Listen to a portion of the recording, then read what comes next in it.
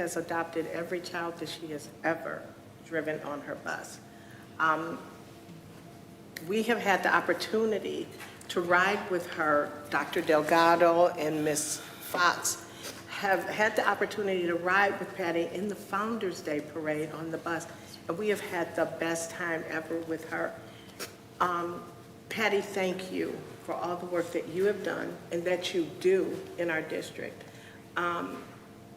You know, you're here with another legend in this community, Kathleen Smith, as well. What people don't understand is we're homegrown. Mm-hmm. You know, Kathleen has children that went to school with my children that are all now adults. And then you have been here. I mean, you know that you and I have attended some of our students' weddings. Yes. And so what you're doing with these young ladies and young gentlemen over there that is about my height, I want to tell all of you thank you. Our hearts are with you and your families back home. And we will keep all of you in our prayers and keep selling those bracelets. I wish you would have had some here. Oh, we do. As you see, I have bracelets down.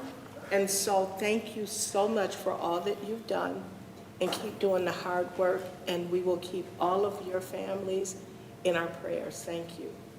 Thank you. Thank you. That was very well said on behalf of us all. Thank you all for coming, and keep doing what you're doing.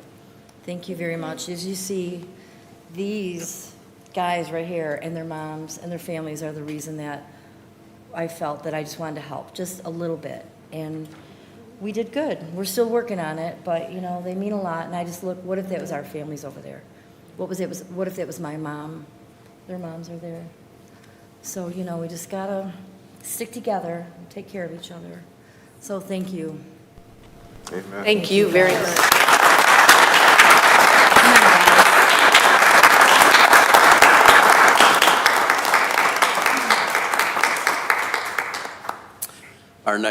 For our next recognition, I'd invite to the podium our wonderful Director of School Community Relations and Pupil Accounting, Diane Bauman. Good evening. I almost said good morning. So I'm here tonight to recognize our PTA Council Officers for another incredible year. So PTA's mission is to make every child's potential a reality by engaging and empowering families and communities to advocate for all children. And our PTA Council embodies the definition of these PTA values. Collaboration. They work in partnership with a wide array of individuals and organizations to broaden and enhance their ability to serve and advocate for all children and families. Commitment. They are dedicated to children's educational success, health, and well-being through strong family and community engagement, while remaining accountable to the principles upon which the PTA was founded. Diversity. They acknowledge the potential of everyone with regard, including but not limited to age, culture, economic status, educational background, ethnicity, gender, geographic location, legal status, marital status, mental ability, national origin, organizational position, parental status, physical ability, political philosophy, race, religion, sexual orientation, and work experience. And finally, respect. They value the individual contributions of members, employees, volunteers, and partners. There are really no words to express the depth of gratitude that we have for these individuals who serve on the board of PTA Council. Well, I'm not sure if we're all here tonight. I'm going to call them forward. So we have President Beth Hewlett, Vice President Community Outreach Kelly Carpenter Crawford, Vice President Enrichments Nancy Jennings.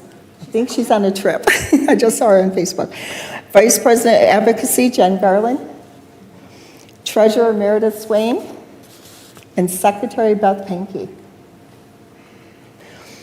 So I want to say a little something special for the 4 people that are stepping down from the board this year.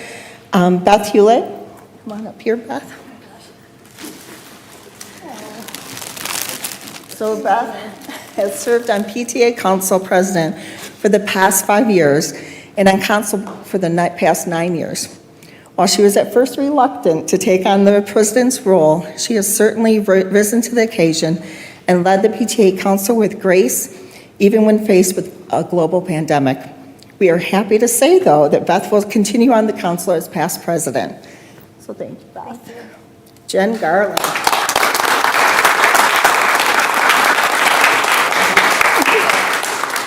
So Jen Garland has served as Vice President of Advocacy. Jen has been involved in PTA for the past 23 years and has served on PTA Council for the past 13 years, including her time as president of the council. She is a passionate leader, strong advocate, and we will miss her on council. It won't be the same. Sticking around at state level. Yes, yes, she has a great role at state level.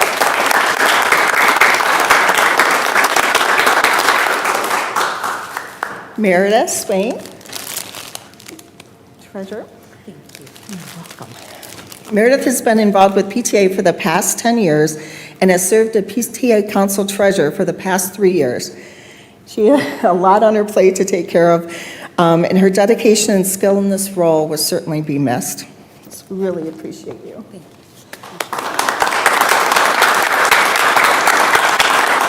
And Kelly's remaining on the board, but I have extra files. You'll get another one. Oh, but thank you very much for all that you do. Thank you. And I know it's going to be community engagement, right? So we want to just thank these folks for all they do for our school and our children, because they work tirelessly at it. So thank you.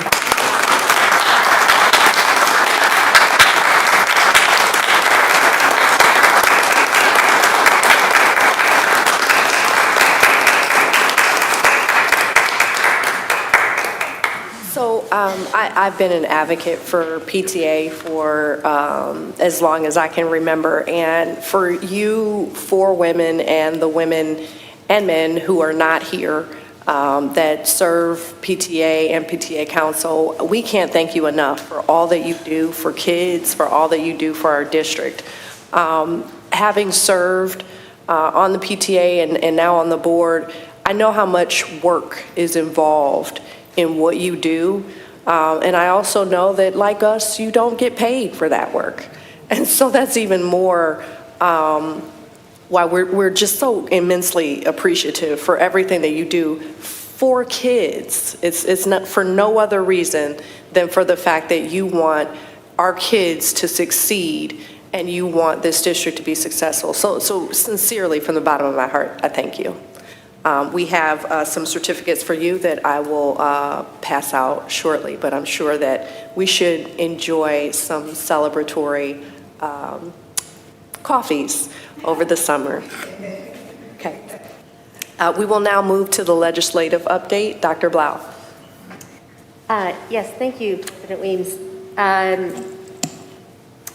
There was a bill signed by the governor this week that it's now Law PA 105. It will revise the school code to add a half credit of personal finance requirement and reduce the foreign language requirement from 2 credits to 1.5 credits in the Michigan Merit Curriculum.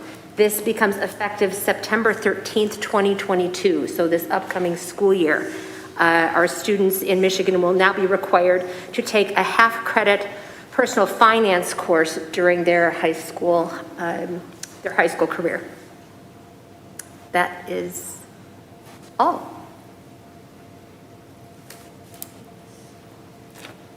I could sing.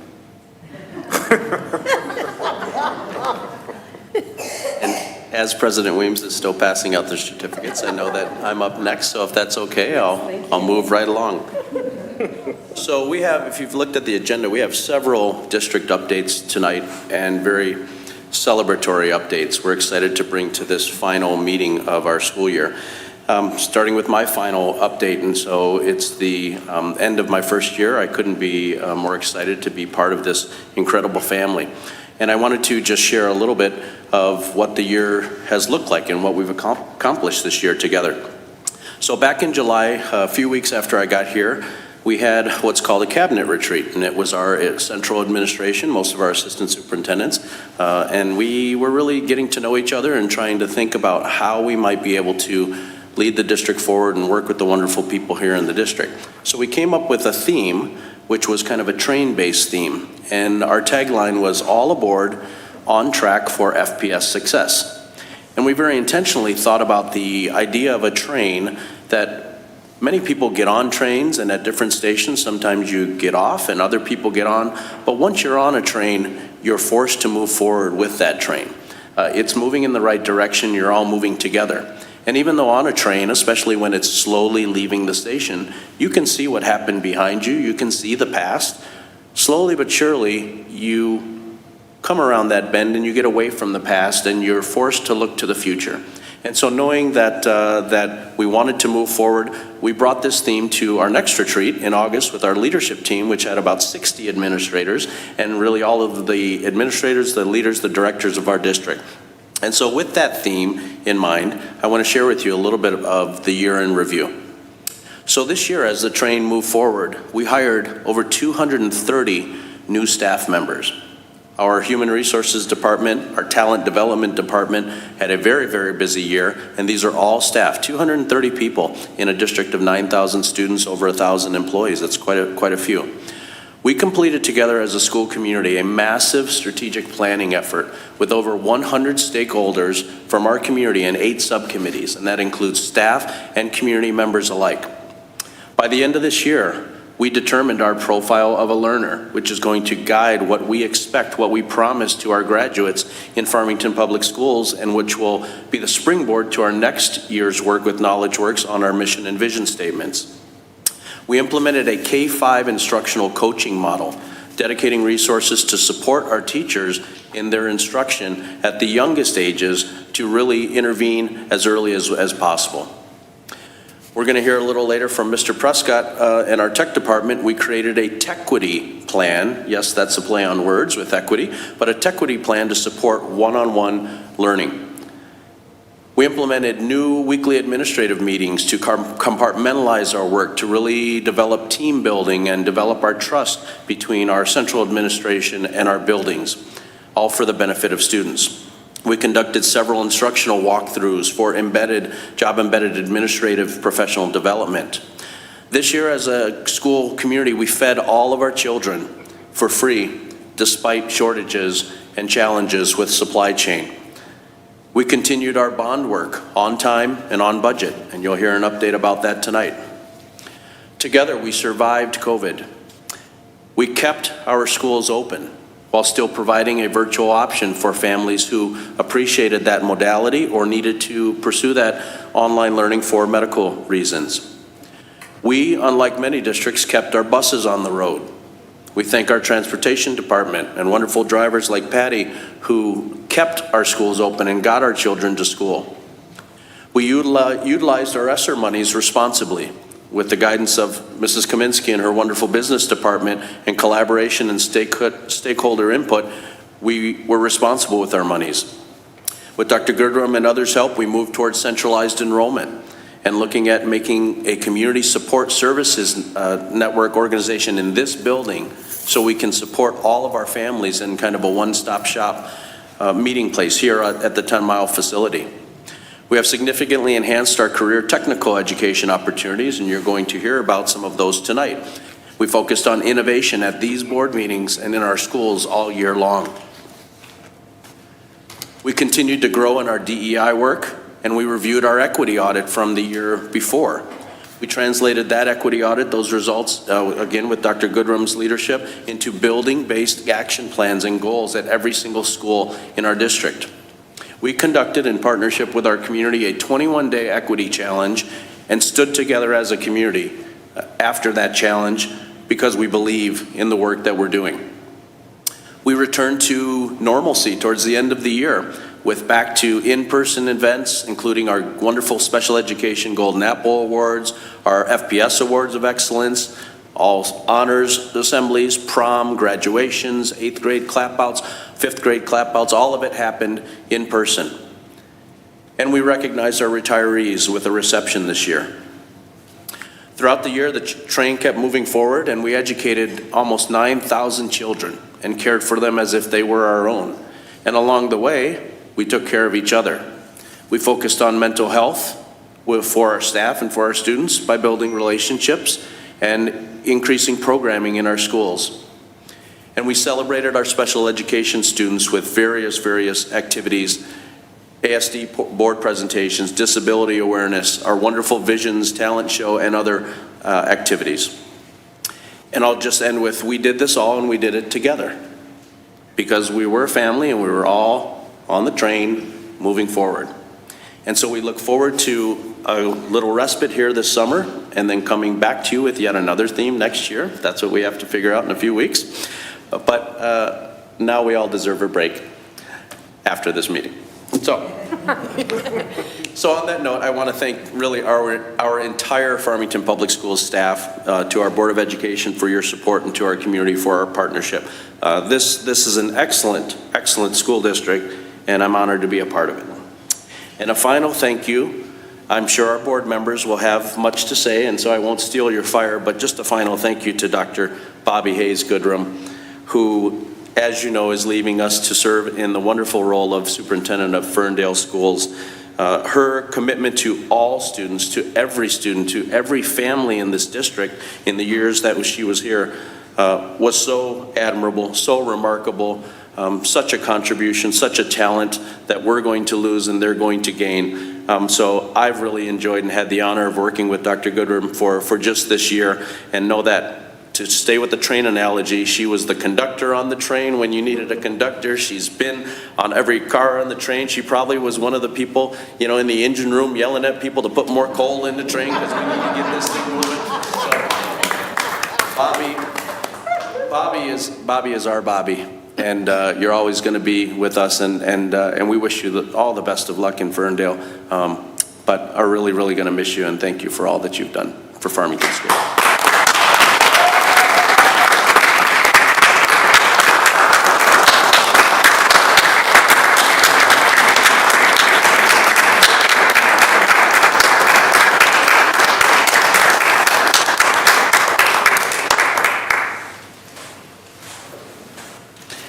And with that, if the board has any comments they'd like to make, that's fine. If not, I can move on to administrative report. I want to also acknowledge Dr. Goodrum's work in our district, as a principal of her beloved Visions, our beloved Visions, as a interim superintendent for us when we needed it most, and in her current role, really moving us forward in the area of DEI. We couldn't have asked for a better partner.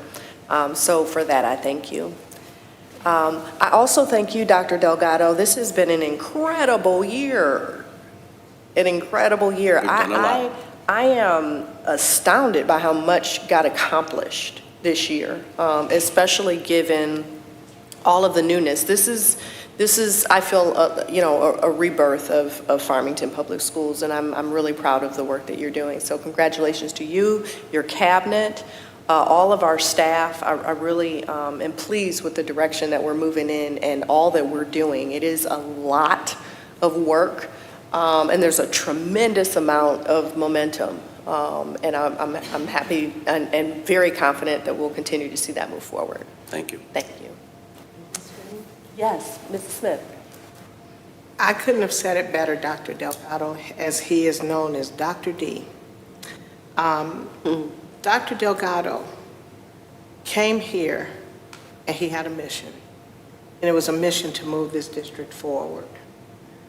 We have had some issues in the past, but Dr. Delgado came in and he did more than 90 days. Even Christ had a day off, but Dr. Delgado was everywhere. Monday through Sunday, you can find him in this community and working and being involved and connected. We made the best choice we could when it came down to picking a superintendent, and not many superintendents got a 7-0 unless you're Dr. Bobby Goodrum back there. But we did what was best for this district and for these children of this district. At the end of the day, we have actually, as a board, worked collaboratively, and we have worked with the superintendent and with his cabinet. We have dinners with the cabinet. It's like the Waltons. We all sit in there together, we eat, we laugh, and we have fun. We're a family. As he stated, we are a family. Do we always get along? No. Are we going to have issues? Yes. But at the end of the day, we are a family. We have the conductors, the people that's throwing the coals, we got everybody here. But at the end of the day, we have come back to where we should be, and that's for the students of Farmington Public Schools. Dr. Bobby Goodrum, you started out working over visions. I know you're hiding behind Ms. Bauman because you don't want to see me, but it's okay. I started out knowing Dr. Goodrum as an employee for her, working in her building. Dr. Goodrum took it upon herself to make sure I was the first person on that sub list that she hired in to come in. And it was the best experience that I had. Then I got to know Dr. Bobby Goodrum when I went to the talent shows. Bobby has become a personal friend of mine. I am going to miss her. She is going to one of the best districts outside of Farmington, and she's going to do well. Many of you don't realize that these superintendents, they take a hit, and they take a hard hit. Superintendents get hate mail, they get everything, but they still persevere. They do it with a smile, and they don't give up. Your board members go through the same thing, and yes, your PTA does too. But the sad thing is PTA don't even get a check for what they do. But Dr. Delgado has had a hard year dealing with things, but he's persevered. But Bobby, you have as well. And as Maya Angelou would say, you still rise. Thank you for your services, and you will be missed. And as my grandfather would say, every goodbye ain't gone. So we will still be talking to you, Bobby. Thank you. Mr. Rich, and then Mr. Walker. So I was going to save a lot of this for good and welfare, but I think we are doing that now for this. First, when we look at where this district is compared to a year ago, 2 years ago, 3.5 years ago when I came on the board, we are in a completely different place, and a place that is so much better than where we were. Looking at the board members that I serve with the superintendent that we have leading the way, we are in such a great spot, and I know how we are going to be continuing through the summer, into the next school year, and into the years moving forward. I've been talking to people recently on, looking back as we are finishing up our first year with Dr. Delgado, whether we would hire him again. And I think when we look at what this board has done with contract extensions, with looking at where this district is, the answer is a resounding yes. It is we made the right decision for this district and for this community by hiring Dr. Delgado. But to get to that point, there was this period in between. And that is when we needed the most help I have seen this district need in being in this community for 28 years. And I remember calling Dr. Bobby Hayes Goodrum and saying, hey, hear me out.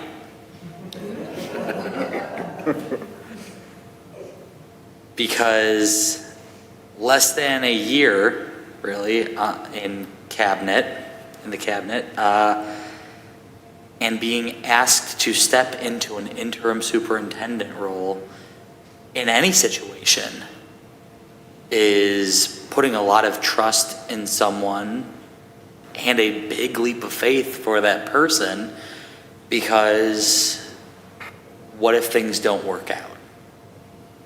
And that is something that I know Bobby had to consider before saying that she would step into the role of interim superintendent and help get us to where we needed to be, to help reverse the course and get us on that right direction and getting us on the track. so that we could start moving forward again. And not only did Bobby do that, she did that and more. She helped us come together as a new board. She helped us figure out what our missteps had been to get us into such a precarious situation and to begin with. I know personally, she has helped me grow not just as a board member, but as a person. And she has helped our community grow. And seeing what she has done here in the Farmington district and knowing what she will bring to Ferndale, I am so excited. I am a little bit sad, maybe more than a little bit. But I am very thankful for having had the person that we all know as Princess Dr. Bobby as part of our Farmington family, which she will always be a part of no matter where she goes. So thank you, Bobby, for everything that you have done and will continue to do, not just for our community, not just for the Ferndale community, but for all children, all families, in talking and helping people see what we need to be doing to be a better world. So I am greatly going to miss our conversations on your education work as well as other matters, but I am sure that we will stay in touch on all of those as well. So congratulations and thank you. Mr. Walker. Just wanted to say that it is, I think personally, it's a pretty wonderful thing when you get a chance to be a part of building something and building something good. But when you're in the process of building something, you don't always see it always as good because you're building it, right? This year, we really have been building something, and we've been building something good. And we did that as a board and as a community because we had the right people in the right place at the right time to make the right moves. Not everybody agreed with them. They're not supposed to. And those disagreements also push us and challenge us and help us be better as we build something really, really good. One of the best things we did as a board, and people have asked me, what do you think about your time on the board? Minimally, I can say this. I was a part of one of the best decisions I could be a part of, and that was the hiring of Dr. Delgado. I was 1/7 of one great decision to hire this man. We hired a warrior.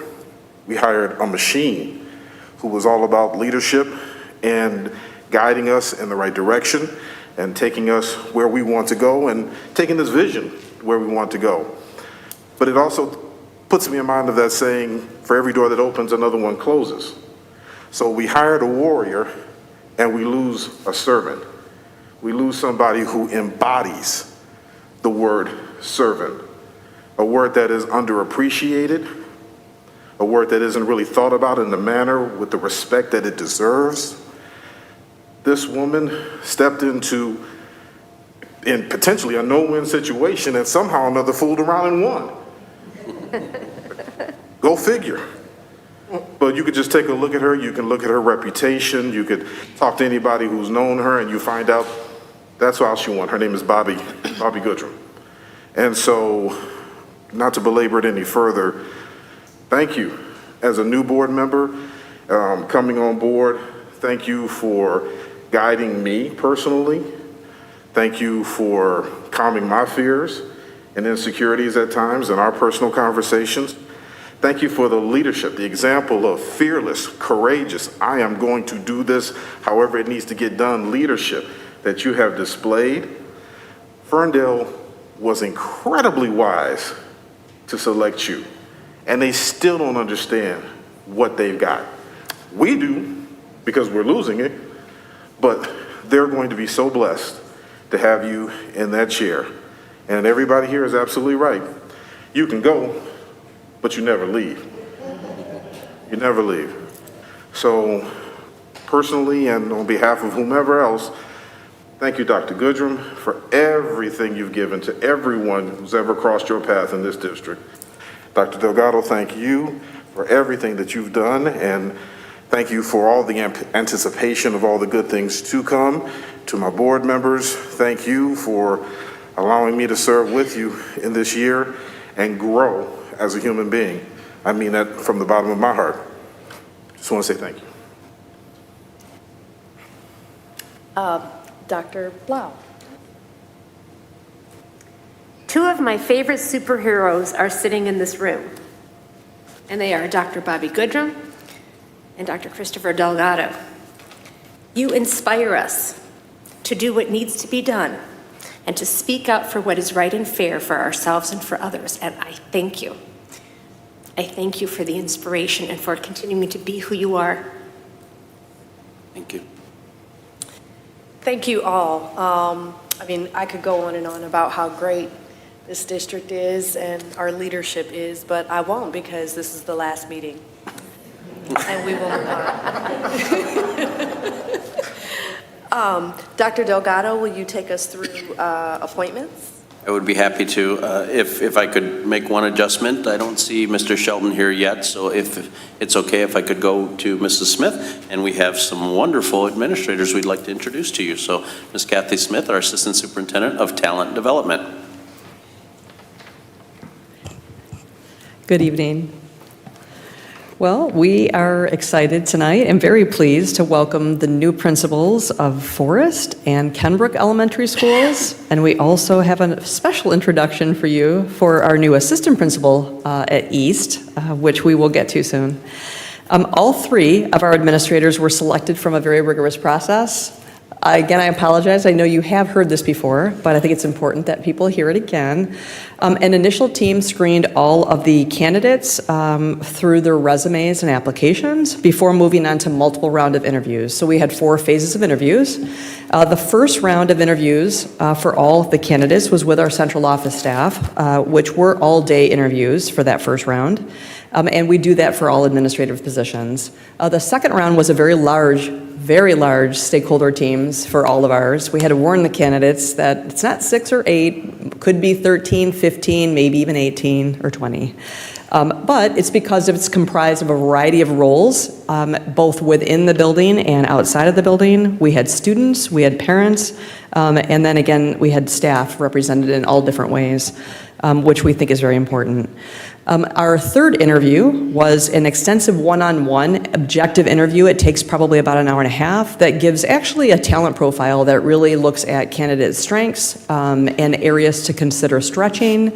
And it's always helpful to know, and it's helpful to know when we actually hire a candidate so that we know how we can best support them. One additional way, that data point about how to support them. And there's also a final interview with Dr. Delgado. So I do want you to know that all the candidates that you meet tonight have gone through that rigorous process. Our first, I'd like to introduce the new principal at Forest. Yes, it's Mrs. V, Mrs. Veachazone. And following Mr. V, who's leaving, I think I heard Mr. V talk about kids asking, are you related? Is that your wife? She was selected from approximately 38 candidates. Robin currently serves as the principal for the Birmingham Virtual Academy and Birmingham Public Schools. Prior to that, she has served as an instructional specialist, an interim school principal and teacher, early childhood, kindergarten, and 6th grade. Robin will be replacing, again, the current Forest principal, Steve Ursulino, upon his retirement at the end of this school year. Robin earned her Bachelor of Arts in Elementary Education from Alma College, her Master of Education in Early Childhood Education, and her School Administrator Certificate from Michigan State University. I'd like to give a warm welcome to Robin Veachazone, or Mrs. V for short. We are very pleased to have her join our FPS administrative team.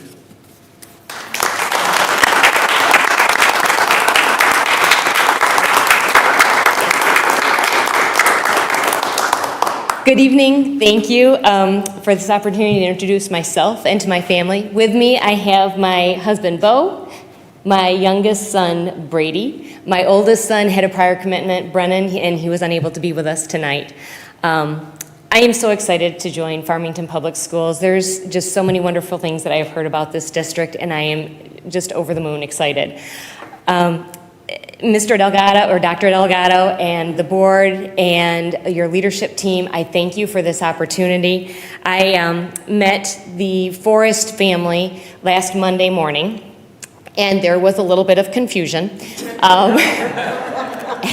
As Mr. V was, I was helping him with arrival, and he's, they're asking who I am, and I introduced myself, and they're like, wait, is she your wife? And so we're clearing that up as we go.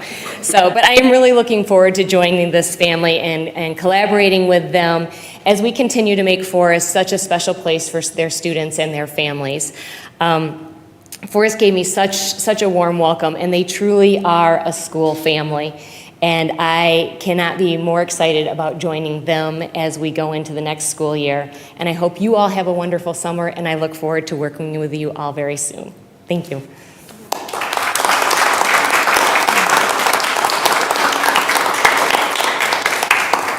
Quickly, thank you very much for that. I appreciate the Mr. V, Mrs. V connection. That's really cute. We'll get it cleared up. We'll get it cleared up. Congratulations, huge congratulations on being selected among 38 candidates. I have no doubt that you'll make and continue to make Forrest a special place. Thank you for joining us.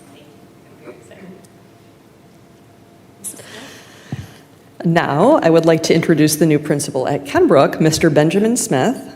Mr. Smith was selected from approximately 33 candidates who applied for the Kenbrook principal position. Mr. Smith just completed his service as the principal at Rattlesnake Ridge Elementary School, which is in a unified school district in Arizona. Mr. Smith has been an elementary principal since 2015, and prior to that served as a curriculum specialist and master teacher. Mr. Smith will be replacing current Kenbrook Elementary School principal Julie Kaminsky upon her retirement at the end of the school year. Mr. Smith earned his Bachelor of Science in Global Business and Leadership and his Master's of Elementary Education from Arizona State University, and is a PhD candidate in Education Leadership and Policy Studies at the University of Arizona. We are pleased to have Mr. Smith join our FPS team as well.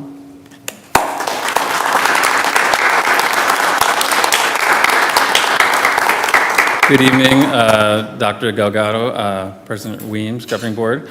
Just honored and privileged to be here, to be joining the family. I knew I was lucky and just thrilled to be joining Farmington and Kenbrook, but after just your comments this evening and meeting with some instructional staff at the school today and meeting front office staff and a few other folks around, I'm just absolutely thrilled to be joining the family, and I feel like I couldn't have landed in a better place with our family. Unfortunately, my wife and 5 children are not here right now. They're up in Traverse City as we await for our house to be prepared. I grew up in Michigan myself, and so it's fun for me to be coming back to Michigan after spending a little over 20 years in Arizona. And so just thrilled to be part of the family, and look forward to fantastic things ahead for Kenbrook as we join the school on their journey. So thank you.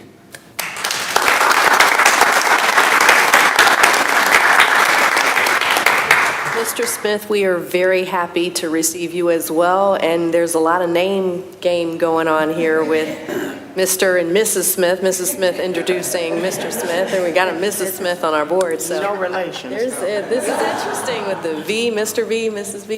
This is great. I hope you appreciate Michigan weather. Coming from Arizona. He hasn't been here for the winter, so he's happy now. This will be a treat for you. So welcome. We couldn't be happier. Again, amongst 30-plus candidates.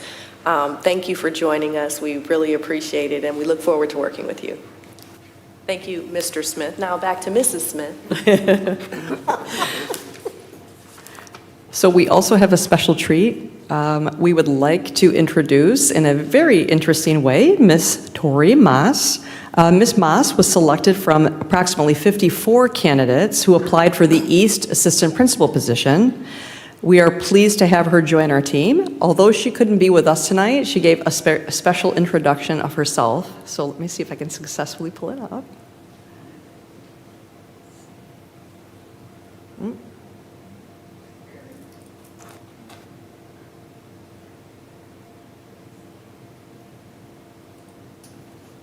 Hello and good evening to the Farmington Public Schools Board of Education, community members, and all of those in attendance today. I'm so sorry that I couldn't be there with you in person, but I am honored to accept the position of Assistant Principal at East Middle School. I am truly looking forward to partnering with Mr. LaCroix to help East reach its highest potential. I can't wait to meet all of the staff and students and to also meet you, Board of Education, in person one day very soon. I come with over 17 years of experience in education. I taught English to middle and high school students. I was the testing coordinator. I was the interim assistant principal. And so I'm bringing my experiences into this district, and I can't wait to work with these students and staff members. I'm invested in the community. I do live within the boundaries of the Farmington Public Schools, so it's important to me that the schools continue on the path of success. I look forward to meeting everyone. I thank you for selecting me for the position, and I look forward to serving. Thank you, and have a lovely evening.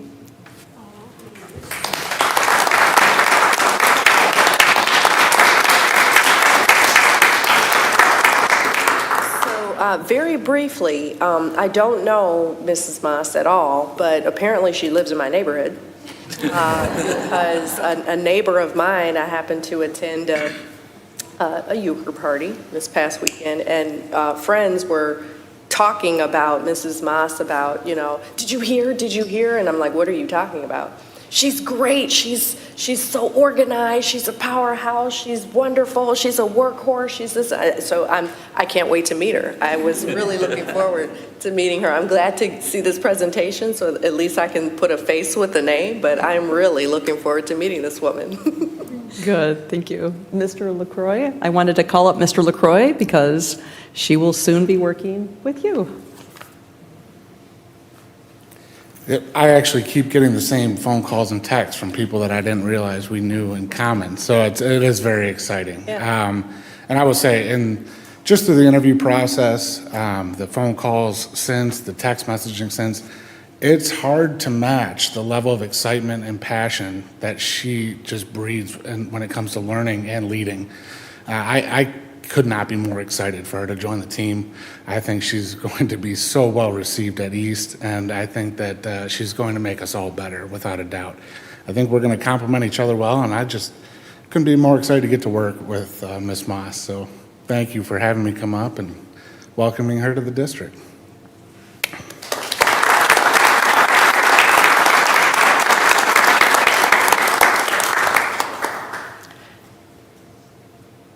I might need help getting it back to the other screen.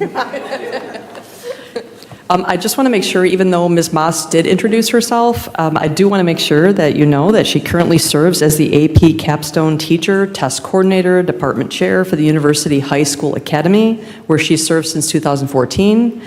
She has done some administrative support, and prior to that, she was an English teacher at Southfield Lathrop High School. She earned her Bachelor of Arts in English and her Master of Arts in Education from the University of Michigan.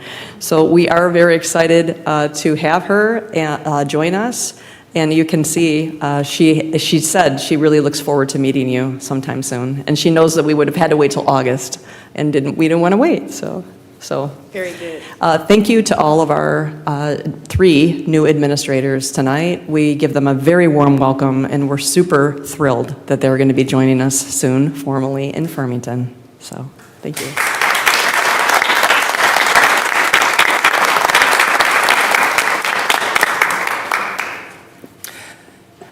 And I guess I'll keep going. So one more recognition. I don't know if he's able to get here in time. I met earlier today with Mr. Tom Shelton, who we all know, our current Farmington High School principal for another couple of weeks. But Tom is currently working out of 3 different offices since Farmington High School is undergoing construction, and they relocated him, and then he's going to be at East Middle School. But Tom Shelton has led Farmington High School as the principal since 2017. Prior to joining Farmington Public Schools, Tom served as the Deputy Superintendent of Administrative Services in Ferndale Public Schools. Prior to that role, Tom held a variety of roles in several school districts, including high school principal at West Bloomfield, high school assistant principal, elementary principal, middle school assistant principal, and teacher. Tom earned his Bachelor of Arts in German and French from the University of Michigan and his Master of Arts in Counseling Educational Leadership from Eastern Michigan University. In a letter to both Farmington High School staff and families, Tom stated, "I thank each of you for your support and friendship over the last several years. I'm excited to support Farmington High School as well as the rest of the district in the coming years." So we're very excited to announce that Tom is not retiring. He's staying with us. He is moving to a new position that we created with the retirement of our wonderful John Manier, that is the Director of Athletics and School Safety. So Tom has a wealth of experience both as a secondary administrator as well as a deputy superintendent. So he and I met today to really talk about the top goals, which includes a revamp of ALIS training and safety and security measures for our entire district starting in the fall, in addition to his athletic responsibilities. So Tom is more than capable, very excited about being able to contribute to Farmington Public Schools in a slightly different way. And as if we haven't done enough hiring, Monday, what's today, Tuesday? Yeah, yesterday, our full cabinet did a day of interviews for the first round of the Farmington High School principal. So we will keep on working to get people on the train, respecting those who step off the train, waving goodbye as we move forward, wishing them well if they get on a new train, or if you're retired and you don't have to get on any train. But I think we've done justice to the analogy this year, but we're very excited to have Mrs. V, Mr. Smith, Mrs. Moss, and Mr. Shelton all joining us and continuing in our administrative roles and putting our team together. So thank you, everyone. Thank you. I love your analogy, and I'm looking forward to next year's theme. This has been great, the train. So you got to come up. We'll have to come up with something to top it. So cabinet, start thinking. We've got a few weeks. Now, So. Dr. Delgado, I thought you were going to tell us that you and Mr. Shelton were starting a new singing group, so. As you saw at the high school graduation, I did not sing. I just repeated lyrics. Mr. Shelton did sing. There you go. But wait, there's more. We have more district updates. So let me bring back up Mrs. Diane Bauman, and then I think Beth Hewlett is going to come on up as well for our PTA Council update. And I'm here just to introduce Beth Hewlett. But she's That was gonna give easy. you Great job. all the things that they've been doing this year. And here's Tom. There's Mr.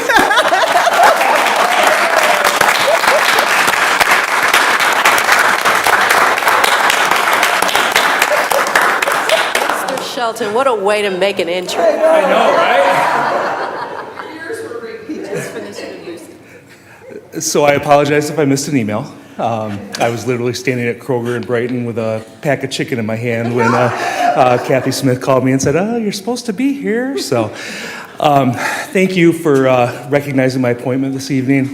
I'm super excited about this new position. I think that Farmington has a well-established legacy of great athletic programs.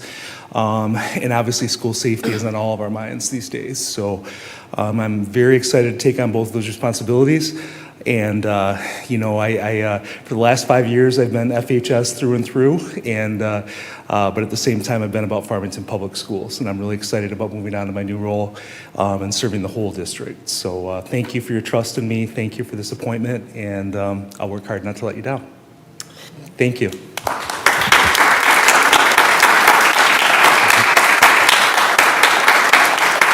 And sorry again if I missed an email.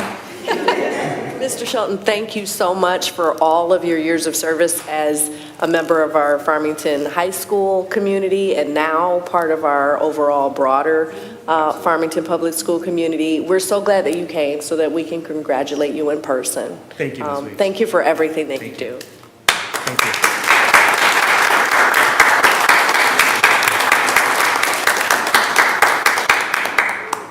I appreciate all of you. Thank you so much. Thank you. And we'll go back to our PTA and Miss Beth Hewlett.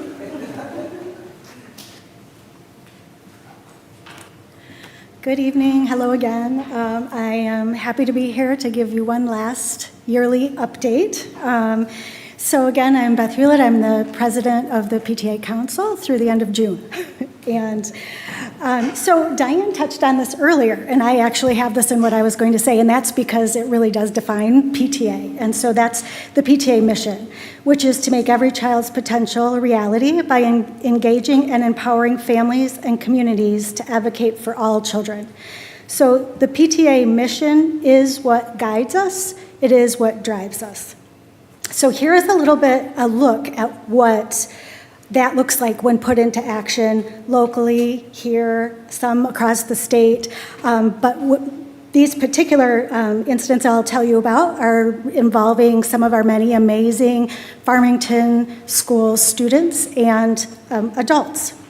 So recently, Ronnie Demon is a student from North Farmington PTSA, and she wrote an article for the Michigan PTA statewide newsletter.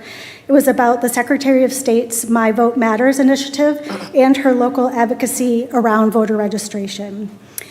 At FHS, Natalie Lowenfeld and the PTSA student leaders, in addition to some North Farmington students, they've been working with the Michigan PTA Diversity, Equity, and Inclusion Committee at the state level. Dr. Goodrum has also taken part in a committee meeting that was a statewide meeting of the DEI from Michigan. So we appreciate her and hope that we can keep her engaged at the state level for PTA. Farmington student leaders, you may have seen, they were also recognized recently by the Farmington Youth Assistants for their local efforts. Trimin Jagdev and Nancy Jennings, parents in the district, contributed to a Michigan PTA video as the parent voice speaking about negative effects of school vouchers. So that video will soon be sent to our local legislators.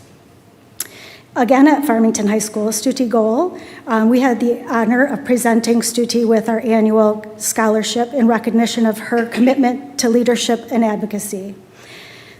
We also had, which is amazing, 2 students from Farmington, 2 out of 8 from Michigan, that placed nationally for our Reflections Art program for PTA. And they both received the Award of Merit, and that is Didipia Siramilla from Hillside Elementary and Jonathan Fang from Warner Middle School. And also, if you haven't seen, there is a display at City Hall through July 22nd of some of the Reflections artwork. And we thank Pauline Kim for coordinating that for us and also working with the city and all that the city does to support the arts for us. So this year, in our Farmington PTAs and PTSAs, it included 2,500 members. And that is 10% of all the members in Michigan. So that is really remarkable. We expect those numbers in both levels to go up this year now that people are bouncing back after the pandemic. So it's the support of those members and our 100 local unit officers that make a difference in PTA's ability to support the health, education, and welfare of the students and families right here in our community. And we were able to celebrate the family engagement and school initiatives from our local units at our recent Founders Day celebration. At the state level, PTAs across Michigan recently held their annual advocacy summit and met with and called upon Michigan members of our state legislature, school districts, and schools to do the following. They asked them to support increased school funding, to oppose the 2 Let My Kids Learn petitions, and asked also specifically that the legislators not pass it into law if there were enough signatures, which there may very well be. We thank you, the board, for your resolution in opposition to these petitions, which you passed in your last meeting, so thank you for that. Michigan PTA members also asked for support in increased safety for schools.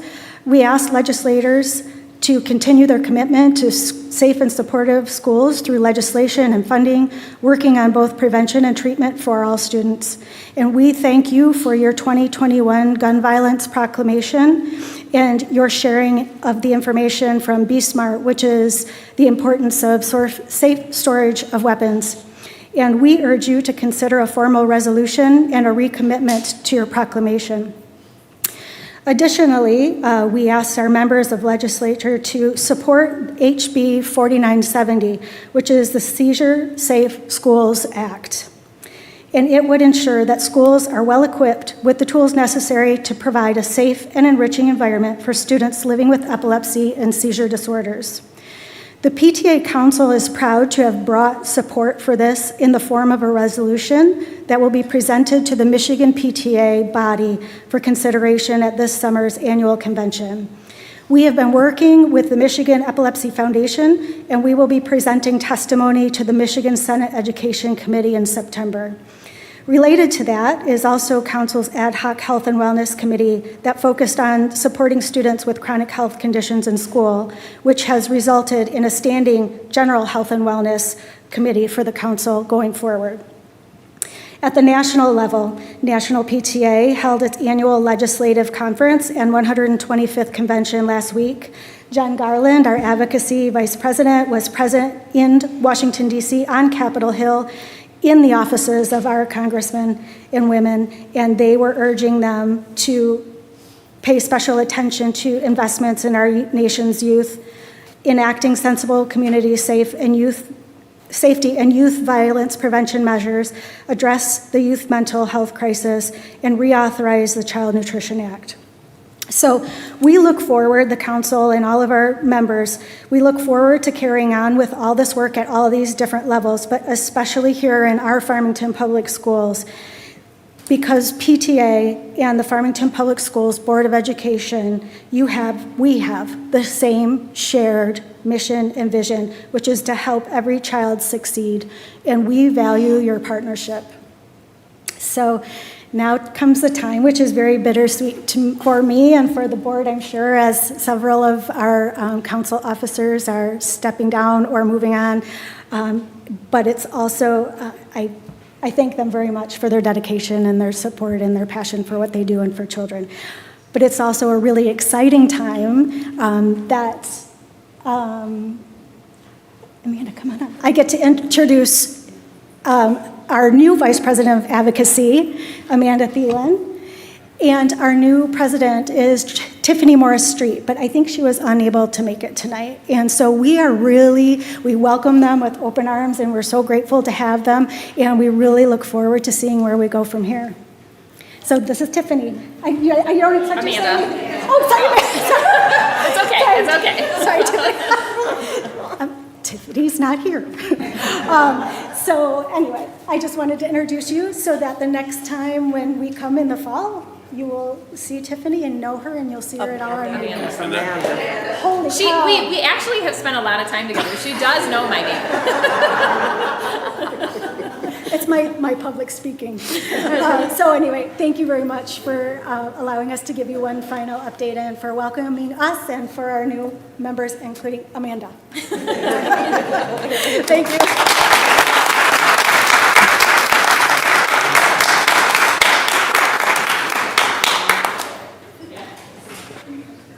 Moving right along. Our next district update is our waited for career technical education update. And we have with us Dr. Kelly Coffin. Yes, and I am going to go ahead and get this set up here. And good evening, everyone, as I'm doing all of this. So I just literally got back from Oklahoma, so I'm pretty confident I brought the 100-degree weather with me. So I so apologize for that. So I want to introduce to you, many of you know, Miss Nyasha Boyd, who is our amazing career tech ed support, but also innovation specialist. So she wears many hats, and we're just so excited and thrilled to have her as part of our district. So I will let you go ahead and start, and we'll just kind of tag team on this. Fantastic. Good evening to the board, to Dr. Coffin for this wonderful opportunity. I'm super excited to give you updates regarding our CTE programming. And so I'll go ahead and get started.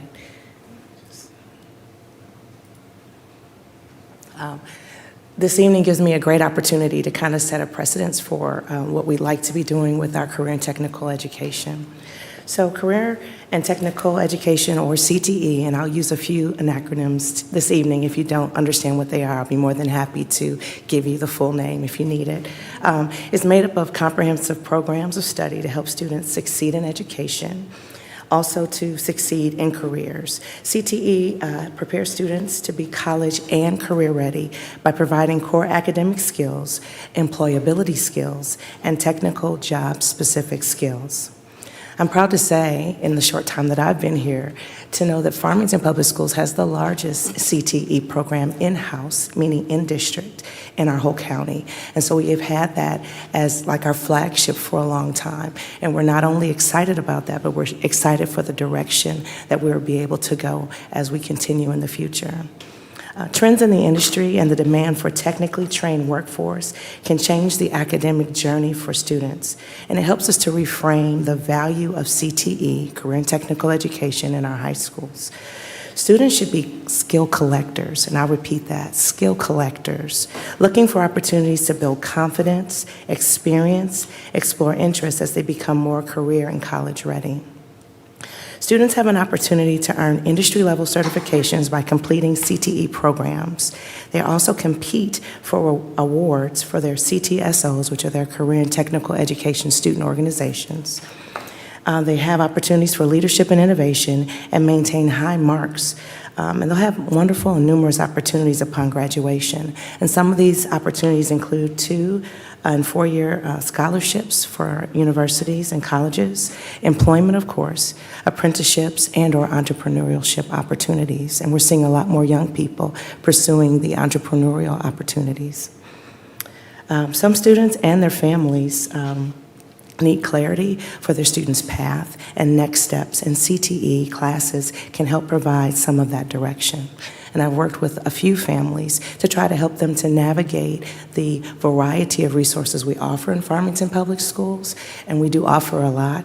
It's becoming more apparent that parents need to know more about what we offer with our CTE programs, and we are working to do that, making families more aware, raising advocacy, but also raising our student agency so that they can see what's possible and recognize that we do not have to do things in a cookie-cutter fashion. CTE is for all students, and it can be an invaluable support to students who need to be grounded in their purpose by connecting them to their unique talents and skills to make a difference in their community and to give them hope for their future aspirations. And so in this slide, I really want to focus on those green-lettered words, but I want to let you know that the opportunity to participate in internships and engage with mentors and belong to student organizations is really the key crest of the CTE program, and our young people are thriving, especially this year, as being a part of this program.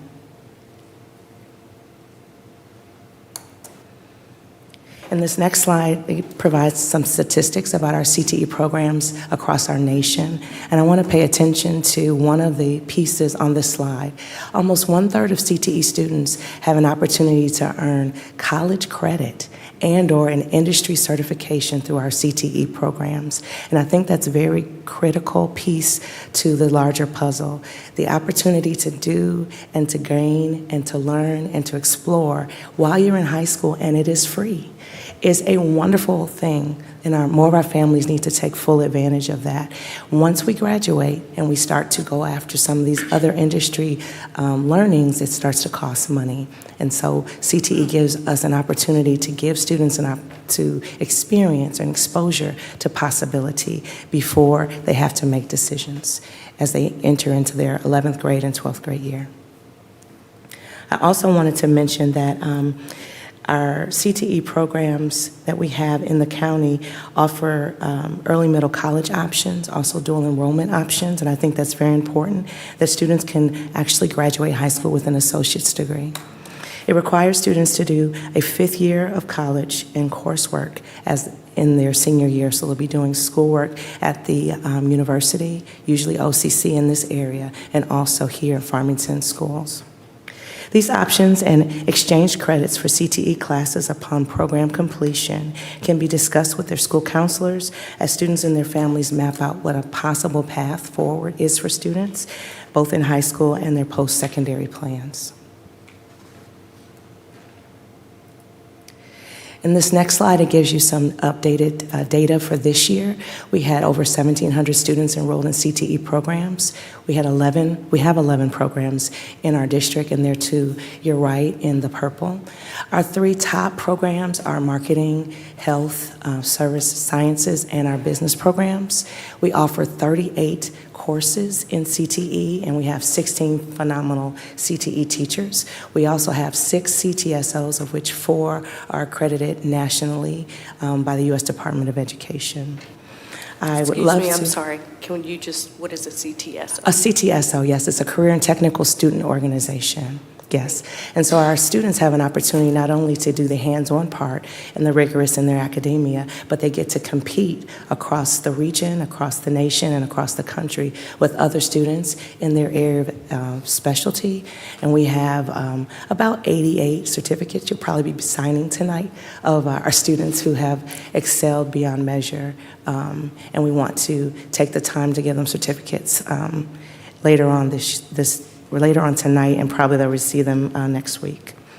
I also wanted to take the time to acknowledge Helen Kiefer. She works alongside of me. She is our compliance officer for CTE, and she has really been a force in our program for many, many years, and she is able to help us to not only navigate where we want to go academically, but make sure that we continue to receive the proper state funding that is necessary to run the CTE programming.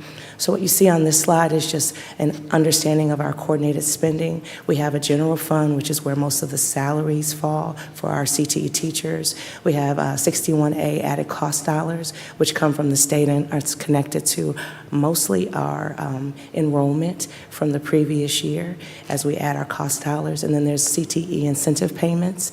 And as we keep students through the programs so that they become completers, we also receive more state funding for our students to complete, not just take a class, but to complete the program in CTE.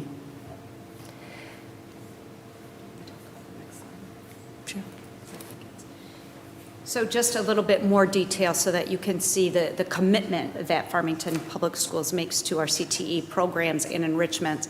So we commit about $1.8 million of our general fund, and as Nyasha said, that really goes to support the adults that work with our students. And the added cost dollars there, we're just under $500,000 that we've been able to capture and, as was mentioned, to use to support our student organizations. And then we have the 61D, which is, those are not guaranteed dollars, so it depends on, they're kind of a year in arrears, so to speak. And so this was where we were able to send our hackbots. When they were so successful, we were able to use those dollars to be able to support them to move on. So just so that the board and the community has an idea of the commitment and the support that the district provides for our CTE programs. Oops, you were better at it. Oh, I see why. Okay. Yeah. Thank you, Dr. Coffin. Just a few examples for pictures. I know visually and auditory people like to see and hear. These are some of the ways in which we spent some of our added cost dollars. So cybersecurity is a recent CTE program. It's in this first year, and we thank you all for approving last year for them to actually be a fully accredited program in our district. We were able to get Fred laptops and able to do some things around forensics. In our engineering department, the kids really enjoyed the Kelvin skyscraper kits. And then in our health, the ability for our students to have uniforms to actually look the part of a EMT and EMR was phenomenal. It's one thing to blow into an infant's airway and know how to do CPR, but it's another thing when students get to put it on and feel what it's like. And again, those are the experiences, the hands-on opportunities that we want to give young people so that they can know if this is really a career path that they want to continue in the future. One other screen shot for our marketing department. This is huge. It's this huge printer. It takes up almost half the room. They are very excited about that purchase. And then also for our TV 10 that's responsible for a lot of what we're doing tonight. We're excited about the 4D 6K camera. in our architecture group, the earthquake simulator, to really help them to be able to know that the structures that they're preparing actually could work and will work. It gives them a lot of interesting experiences in the classroom when they watch things shake and fall apart, but we learn through practice. And then lastly, I just want to talk a little bit about our young people. Truly very surprised but not shocked. Their resilience, the way young people have bounced back this year is phenomenal and is to be celebrated. We had over 101 awards earned through our CTOs this year, and here's an example of the actual pictures for our Cyber Patriots, which is our National Youth Cyber Education Program. In its first year, we had a lot of students not only compete, but succeed in representing Farmington well in that area. Our HOSA, which many people don't know, but we actually allow our middle schoolers to get engaged with HOSA and future health professionals organizations. And then our DECA, which is very known pretty much around the country for marketing and also for hospitality and tourism. And then our MITES program, which is our Industrial Technology Society. So I really wanted to let you know that we have a laundry list of students who would have been highlighted in our last board meeting. However, we were unable to do that, and so you all will see the certificates that need to be signed on their behalfs. But it's just been a phenomenal year, and our young people have shown the resilience and the grit that really make us proud as teachers and as servants in our community to know that we are continuing to support young people in their efforts and in their future career paths. So I'm excited in my role as the Career Readiness and Innovation Coordinator. I'm excited for what we're doing with our Career Readiness K-12, some of the initiatives that we've brought this year. So to bring it full circle, I really believe the CTE is for all students. I really believe that we need to help students to become skill collectors and then look at where they are at the time of decision making and say, based on what you've been able to acquire, these are the skills you have for life, but also for your future.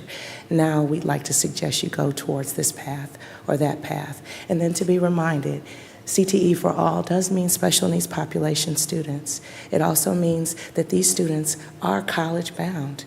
It's not the old, and I won't even use that word because I would get a slap on the hand by Helen, but I just want to say again that we want to continue to push our CTE programs forward, and if you have any questions for me, I'm more than happy to answer them, and thank you for your time and to be able to explain what we're doing in CTE. Thank you so much for this presentation. I am certain Mr. Walker. Mr. Walker. I love it. I love it. I love it. I am over the moon about this program, just seeing these highlights, the 101 awards, especially during this time, seeing Diane's notices about DECA winning this, winning that, winning this, winning that, and that's just in 1 week or something like that. It's just, the programming has been phenomenal. I had heard that we had such a really robust programming over the past year and a half, been able to get some really nice glimpses into it, seeing this equipment and how the money is being spent.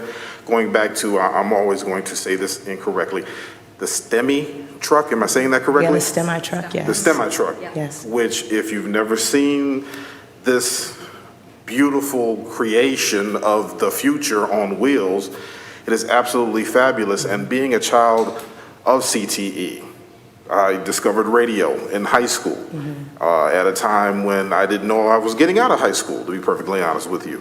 And I think that's what people, I really look forward to the work that you're going to put forth in trying to help people understand that this is not yesterday's CTE. Yes. That this is about choices and options. And I so love the term skill collector. Yes. I'm stealing it, just so you know. I hope you don't have it copyrighted. See me later, I'll talk about that. Oh, okay, I'll talk to you about royalties. I have to copyright that term. In this day and age, stackable credentials are incredibly important. Yes. In this day and age, having financial options to education and career pathway is incredibly important. And access is tremendously important, but without awareness, access is no longer accessible. And so the fact that you're talking about how you're going to promote this more and more, hopefully I'd like to see that number of 1,700 turn into 3,400 along the way, because you can go through your academic credentials and have CTE as a balance to that. Yes. And I talk with people about that all the time. So to hear this vision, to see these details, this is so exciting. I'm losing words for it right here, right now. And to Sean McGluckin, I am so jealous about that camera that you guys have. Listen. Oh my goodness, I need to see that camera. Yes. Without a doubt. So this is a very innovative, forward-thinking CTE program, and ready to do anything I can do possibly to support it in any way. This is phenomenal. So just keep doing what you're doing. Thank you so much. And to the point that you made about being able to see how it fits into schedules, we're trying to make it more public what courses can be what they call credit exchanged, so that more students can actually be completers in CTE programs. We have CTE programs that run a year. Students could actually have multiple industry certifications if we charted their path correctly. And can I say this as well? We really need to help support our families. When your student gets to be in credit recovery, it makes it very challenging for them to take advantage of some of these resources that we have in our district. And credit recovery is where your students are just not passing their classes, so then they have to go back and retake that class the following year. If you're constantly in recovery, you can't make strides towards the resources. And so I really want to take the time to make that very public, that we need to support our families, support our young people, so they can be successful every year, so they continue to have options going forward. And if I could just take a point of privilege and make one more addition to that as well. This is where the business community can really engage us. Yes. Because the students can't have work-based learning opportunities. They can't have internships if businesses aren't willing to step in and partner, work with us creatively so that we can get away from this idea that internships are only for 18 plus. Yes. They're 17, 16, 14, 15-year-olds who can go in and do tasks and be a part of this experience. And by the time they're ready to get out of high school, they're ready to step into their own careers. And I love the fact that you're lifting up the entrepreneurship aspect of CTE as well. So just Dr. Coffin, Ms. Boyd, and to all the CTE personnel and teachers involved, keep doing great stuff. This is fabulous. Thank you, Mr. Walker. Mrs. Fox, and then Dr. Blau. Yeah, I'm just as excited as my colleague here. I have a couple of questions that I'd like to ask, though. What you're doing is extremely impressive, especially I don't think we had to this level this time last year. I'm not sure, but I haven't seen all of this before, so I am extremely excited about all of this and the opportunities that some of our students will be able to take advantage of. But one of the things I wanted, I don't know if I heard everything, but like when you talked about apprenticeship, did you mention apprenticeship possibilities? Yes. How does that work within a high school? Apprenticeships can work in many ways within a high school. For example, our EMT program has a natural apprenticeship already in it. Our students are able to go over and partner with our local hospital, so they get a chance to spend time in the hospital working alongside of your emergency technicians. And so we're trying to be innovative in the idea of what an apprenticeship is. We want students to have the opportunity to experience their learning from people in the field while they're in the field. And apprenticeships in the past have been like, you have to go away for 2 hours of your school day to do this. There are opportunities for kids to do some of that, and that's one program where they do it within their day. It doesn't happen all the time, but they have many opportunities to do that. And then there are other opportunities that happen after school where our young people are connected to either in the automotive industry, partnerships with dealerships and things of that sort. But that happens at the end of the day because students are still responsible for their coursework in their 6 periods during the day. So with the apprenticeship, if a student is not college bound, I mean, not every student is going to be college bound. So with the apprenticeship, does that provide them a pathway to actually take maybe after they go through their hands-on experience with this apprenticeship or whatever, they take a test and get some kind of certification that an employer would then be able to hire those students who may not be college bound. Yeah, it is true that there are apprenticeships that wait for our students to graduate. They have to be a certain age to take on the ability to be paid and work at the same time. So say in our industrial spheres, there are young people who are hired at 18. They work for a certain period of time. They're actually being trained and they're taking classes. At the end of their apprenticeships, they are asked if they would like to continue on with the company, or they can have an opportunity to hang their own shingle with the resources and the knowledge and skill that they like an have created. entrepreneur. Like an entrepreneur. So at our Career Tech Night that we had in conjunction with the Commission for Farmington and Farmington Hills Youth and Families, we actually had a couple apprentice programs there, and young people were signing up right there who were recent Farmington graduates and a couple of veterans. I saw with my own eyes, because they need another opportunity now that they're serious about what they want to do. And at that point in time, a lot of the resources that the public schools could provide are dried up because we only are allowed to go to the 12th year. But these opportunities extend past that 12th year. So what we're trying to do is to help young people to take advantage of it while they're still in high school, so that we don't have to work as hard to find them positions and opportunities once they have graduated, Ms. Fox. So that's what we're really trying to focus on. I want to add one more thing to that, and just to break on Yasha for a minute here. She talked just briefly about some of the work she's been doing in K-12 career readiness. So it doesn't start at high school. So right now we're having conversations with our youngest learners about, what kind of careers are you considering, and just being aware of the different type of careers in their environment. And also, one of the strategic planning goals, the community relation goals, we're working with Diane's department on bringing in our business community, and there'll be a survey to start to see some of those exploratory options prior to anything as an apprenticeship. So guest speakers or them coming and visiting. So we're really starting younger and earlier with our students so that they can start to think about their path before they enter high school. And just one more, I'm sorry. Thank you. In terms of cybersecurity. Yes. I'm just really excited about that for my kids and others. But going through the high school, is there a pathway that gets them to certification with cybersecurity through us? Yes, ma'am. Whoa. Yeah. In the cybersecurity, there are two classes, cybersecurity A and B. The program is broken up for a year. If the students are able to complete both cybersecurity A and B, then they will be able to take the assessment that allows them to earn the industry credential.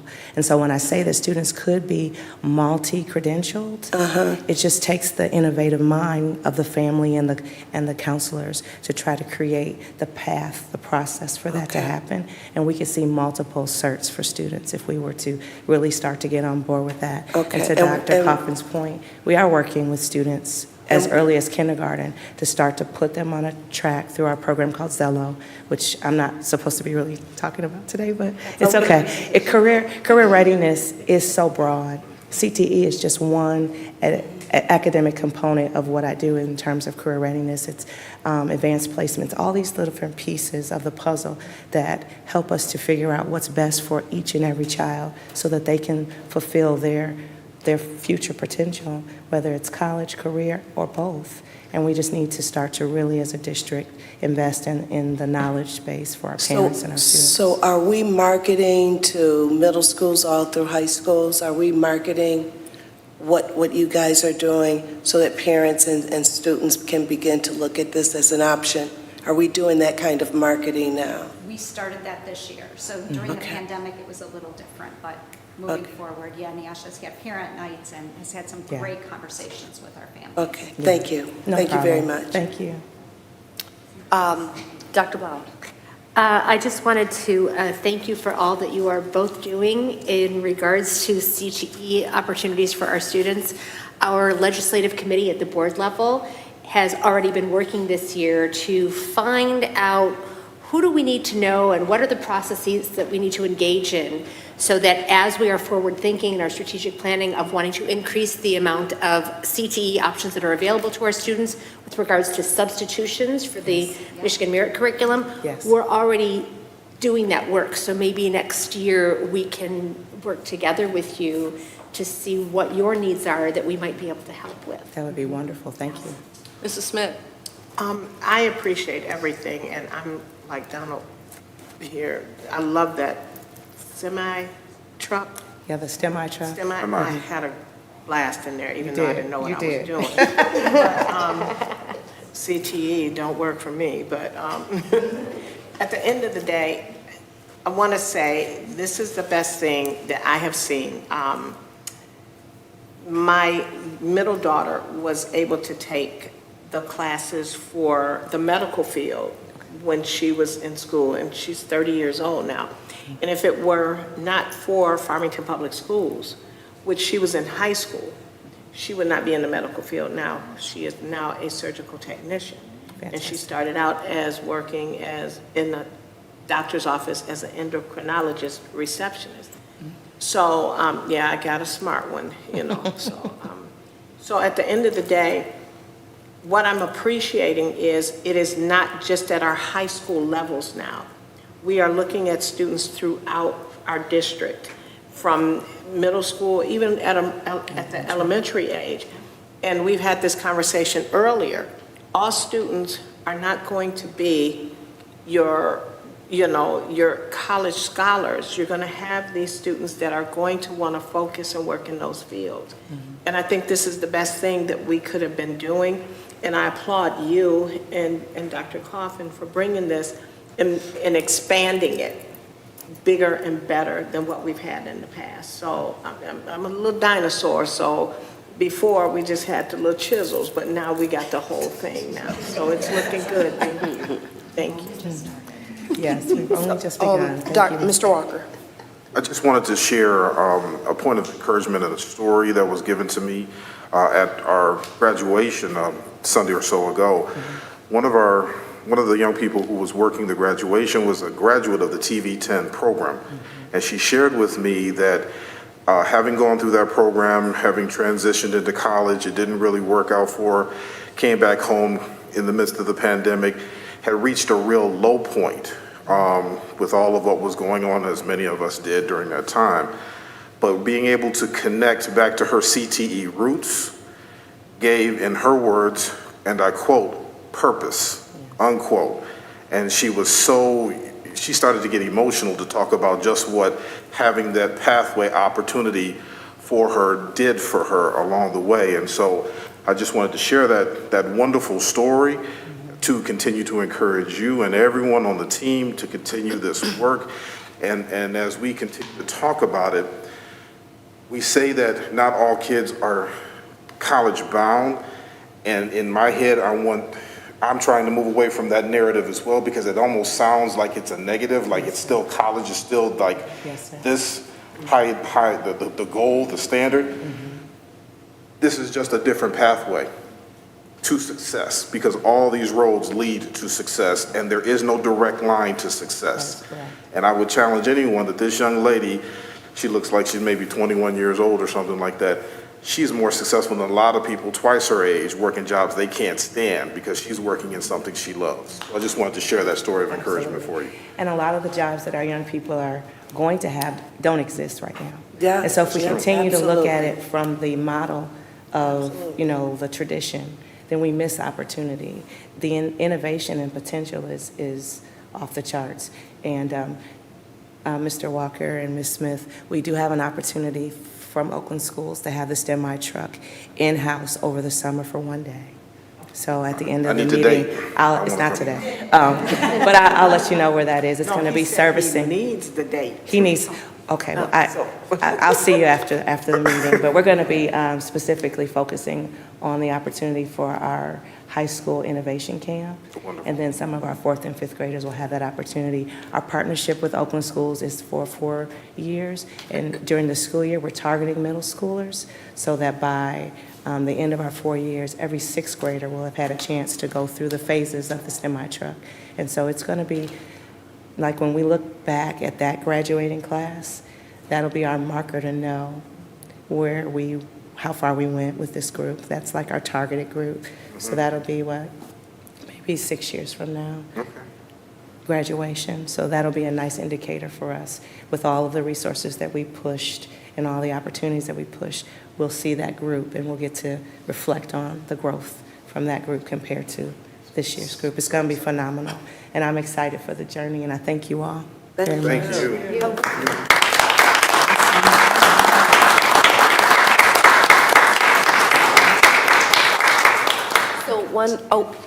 Let's use this as an opportunity to let folks move on, should they not wish to listen in to the rest of our board meeting. I do have one follow-up, though, for CTE. First, I am hugely appreciative of CTE because the focus is on skills. Yes. As opposed to other types of learning that don't necessarily equate to what employers want and demand. So that's the first thing about CTE that I appreciate. The second thing is, I took accounting in high school, which is how I became a CPA. Yes. I mean, that's the truth of the matter is that type of exposure, I think, is extremely important for kids. So 2 things for me. One, Mrs. Fox, to address your question, as a parent of a middle schooler, I got communications about CTE, so that's great to prepare my kids for high school.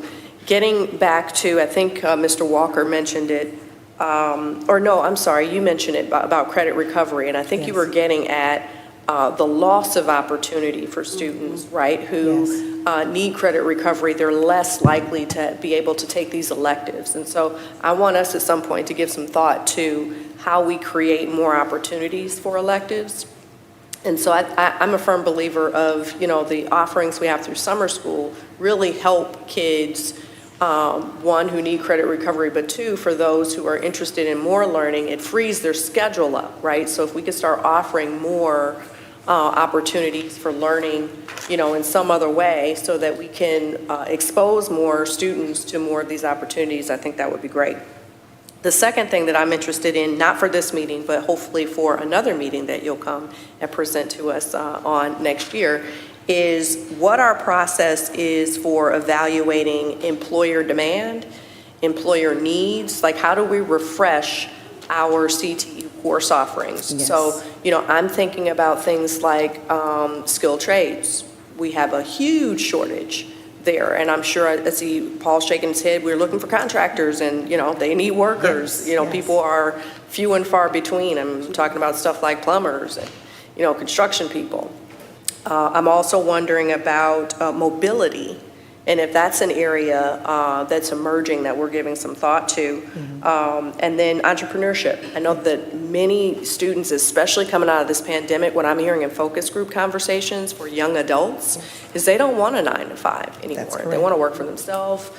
They need to understand, what it's going to take for them to be successful in launching their own business enterprise. So those are the things that I'm hoping that we'll be thinking about going forward, is like, what do employers need and how we can prepare our students best to be able to, be a future employee or employer. Because the truth of the matter is, as many people alluded to, college is not for everyone. Half of our students, not ours, but overall across the country, don't finish. So, what are they leaving with? At least through this process, you're getting an associate's degree perhaps. You're getting skills, you're getting stackable credentials that make you employable. So I think this is great. So for future conversation, if we can address maybe those 2 things, I would be happy. That'd be fantastic. We look forward to that. Thank you. Thank you.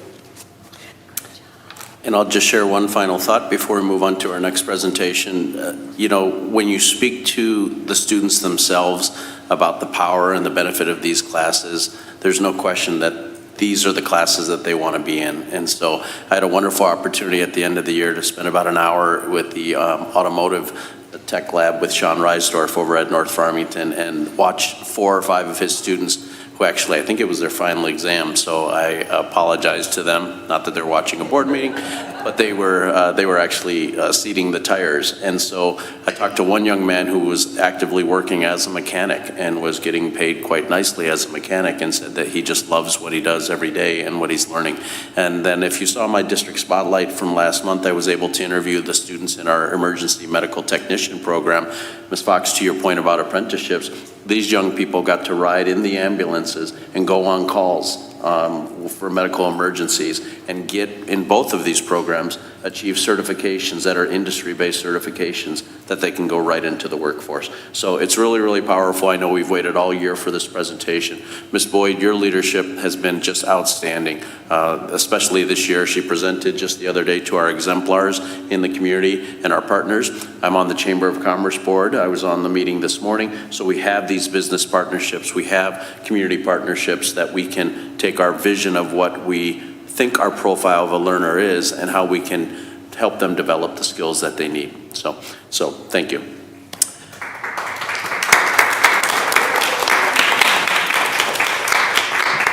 And next up, we get to see her one more time. Dr. Bobby Hayes Goodrum as her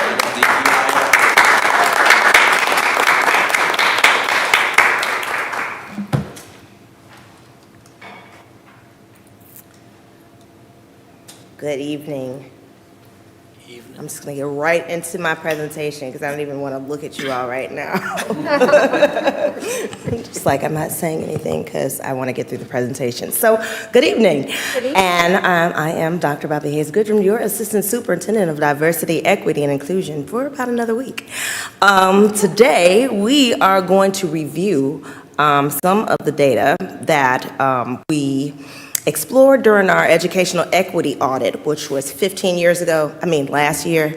And I really was sitting there like, that was 2 years ago, right? Like, no. It actually was last year. We finished it in August of this year, got the data out for the first time. So we are going to look at, we looked at some of the data again, or had the students, we resurveyed the students to see if there were any changes. And so we're going to explore that data. But first, because this is my last time, and because I do have some recommendations on how we move forward as a district to ensure that we do create a space where all students, all staff, and all families feel welcomed and feel members of our family.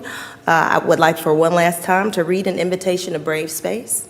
Together, we will create Brave Space because there is no such thing as safe space. We exist in the real world.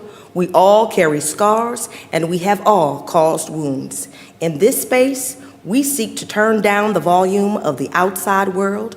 We amplify voices that fight to be heard elsewhere. We call each other to more truth and love. We have the right to start somewhere and continue to grow. We have the responsibility to examine what we think we know. We will not be perfect. This space will not be perfect. It will not always be what we wish it to be, but it will be our brave space together, and we will work on it side by side. This kind of meditation, I think, has really guided all the work that I have done, particularly, probably the whole 15 years that I have been in this district, and really just making sure that we always keep the students first and foremost, and we allow ourselves as adults to be vulnerable enough to listen to the students when they tell us what they need.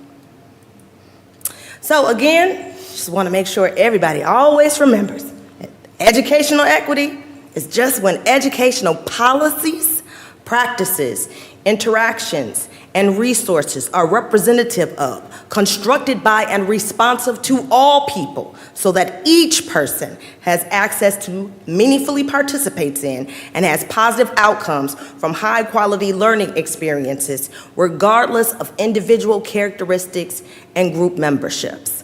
So as we look at that, and when you think about educational policies, and as we just heard the wonderful CTE presentation, I challenge you all to, again, review our policies, because some of the issues that we have in some of those credit replacement type things are the way that our policies speak to what is required in order for a student to graduate with a Farmington Public Schools diploma, which is above and beyond the Michigan Merit, which is great. We are pro-rigor, but the way it's written, it almost assumes, again, that every student is on that college education track, which, as we know, is not the case. So we did a lot this year. It says it right there. This was this year. We completed and we reported out about that educational equity audit, that 830-page document. We worked on building level equity audit action plans. We held the 21-day equity challenge that I will forever be proud of. We did a lot of training. I want to say that the training that we did this year really focused on capacity building, because while I enjoy being applauded as much as the next person, none of this work can be done by one person. The work that we're talking about has to be done by every single member of our learning community. So that's all staff, all students, all families, all community members. And so looking to build capacity and equip our principals, our central office leaders, everybody on our leadership team, everybody in the district with the tools that they need to ensure that we are providing maximum belongingness to all of our family members. So this just talks about a lot of the training we did. We've expanded some of our equity-based enrichment programs. I think at this point we have Pretty Brown Girl and Dream Kings at all the middle schools, one of the high schools, and I think we are at 3 elementaries and climbing. Our diversity clubs, which we have at every single school, continue to focus on mental health awareness, which has been a target for the last couple of years with mental health awareness days and weeks. We did the state and federal grant focus groups and the budgets for those ESSER funds, Title I, Title II, 3, 4, all the titles, 11T, all the things that, especially the funds that are targeted towards specific populations, particularly economically disadvantaged, English language learners and things of that nature. Super also excited about our community support services, and I know that Ms. Boyd works frequently with the Community Support Services Department as we look to, again, I think for the community engagement committees for strategic planning, those committees that dealt with community engagement, talked about making sure that our families are aware of all the options and the ramifications of the different options that we have within the district, so that we don't have people thinking that a track is more respectable than a different track. We're looking at really what is success for your individual child, according to what their passions are. We want to spark and cultivate passion. That is really important because, as Ms. Boyd said, and as many of us have said, my poor friends who I don't know what they were doing when I was having kids, but my friends with 3-year-olds right now, I'm like, look, the job that your child will have probably does not exist. Does not exist right now. We kept up with the student voice stuff. We facilitated student panels for the Martin Luther King program and also the Black History Month program. And we had a wonderful diversity conference this year at the Hawk, which was a lovely facility, and it was a great program. So the summer, just so you know, and this was in your report, I'm just going to be very brief. We'll be revamping MTSS. We have a new elementary support coordinator coming to help our principals work on those interventions for those targeted groups, either targeted for tier 2 and 3 or targeted from using some of our other criteria. We're going to make sure that our diversity calendar, so right now I have resources set aside for, say, each of the different cultural celebrations we have per month, so I usually send those out, but I'll make sure to have resource the resources in a folder for everyone by month so that we have those educational resources. Right now, we're working on student youth dialogues and the civil rights camp with the Michigan Department of Civil Rights, the University of Michigan, and Wayne State University. These are all student-led initiatives where students create action plans and have to do presentations and do kind of action research. And also, this summer, we'll continue to develop our DEI training modules for our staff, as well as resource folders with instructional materials so that everybody has, there are no excuses. You know, everybody has materials that they can use to ensure that students are able to see themselves and others in the curriculum that we are using. All right. Now, we have a large amount of student perception data. The data that we're going to focus on today, this first column, that says US2, that is the equity audit surveys from 2021. This middle one refers to the LACO data from the last time we did LACO. We were still calling it LACO, even though LACO does not exist anymore. We were still calling the survey LACO because Oakland Schools still supports that survey. And then this data, the last column, is our data from this year. Before we go into the numbers, and we are not going to read through this thing, you all have this data. I'm going to highlight some things.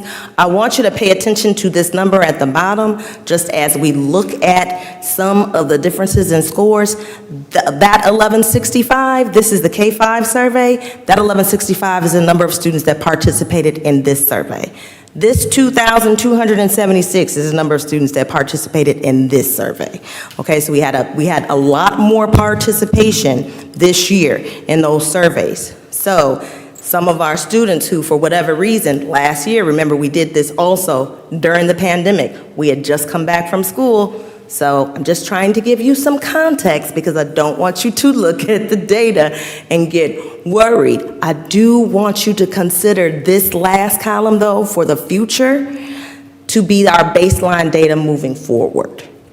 Okay, so I want to specify that. And also know that I worked with Dr. Coffin to look at and make sure, just for the strategic planning purposes, that we're able to update the student perception information that was used as data points for the strategic planning. So right now, these percentage points, these numbers represent, I'm pointing to it like you guys can see, these percentage points, or these numbers represent the percent of students who answered. These questions were asked. You have the option of always, most of the time, sometimes, and never. And so these percentage points are the students who answered always or most of the time. So it's mostly positive, right? They really feel like that. Like 90% of our elementary students are said that, you know, pretty much most of the time, my teachers are fair. So know that even though it's not 100%, remember the one right below it is sometimes. So again,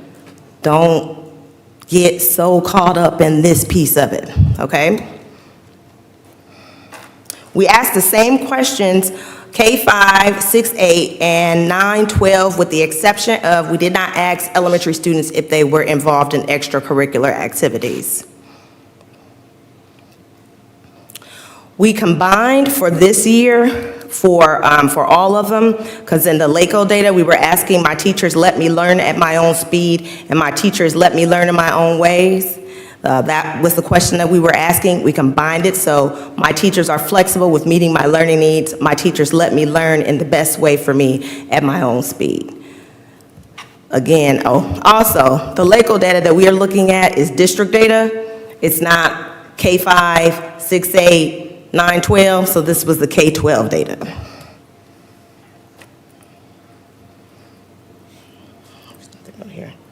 Elementary students always love school. So there's really no real surprises here. Like, those numbers are always higher than the other numbers.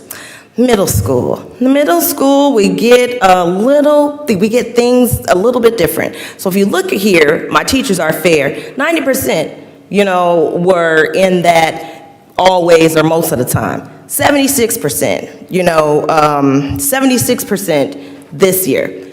Keep in mind, we are back, first year back, fully from the pandemic, okay? So again, we're expecting some dips, and we did see dips pretty much across the board, except, and I feel connected to many people both in and out of school. We have more people this year, of course, and more people involved in extracurriculars at the high schools. I mean, at the middle school. This is middle school data. So another thing, this is still 6 to 8, also more people felt like they had adults to talk to in the building, because again, students are in the building. We've provided a lot more social emotional learning support, so students do feel more supported. Let me go to I'm just gonna go through the high school data.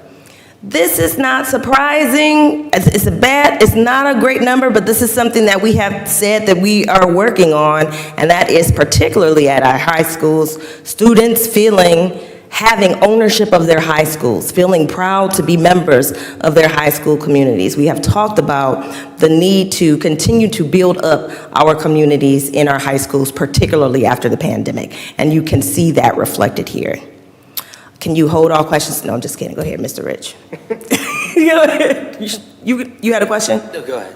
Oh, no, go ahead. Oh, I was just going to say this number definitely is reflected in, if you listen to our students' graduation speeches from our students, it was a talk on a lot of them who hadn't stepped foot into the building in years and felt disconnected from part of this whole community. So this definitely shows that. So I understand why that's the new baseline. Absolutely. Trying to build that up. So that's just something that our community probably heard if they were listening to any of the graduation speeches from our students. As well as a lot of the traditions that students missed out on over the last couple of years. And so those school traditions were not observed by or passed on to, the other lower classmen.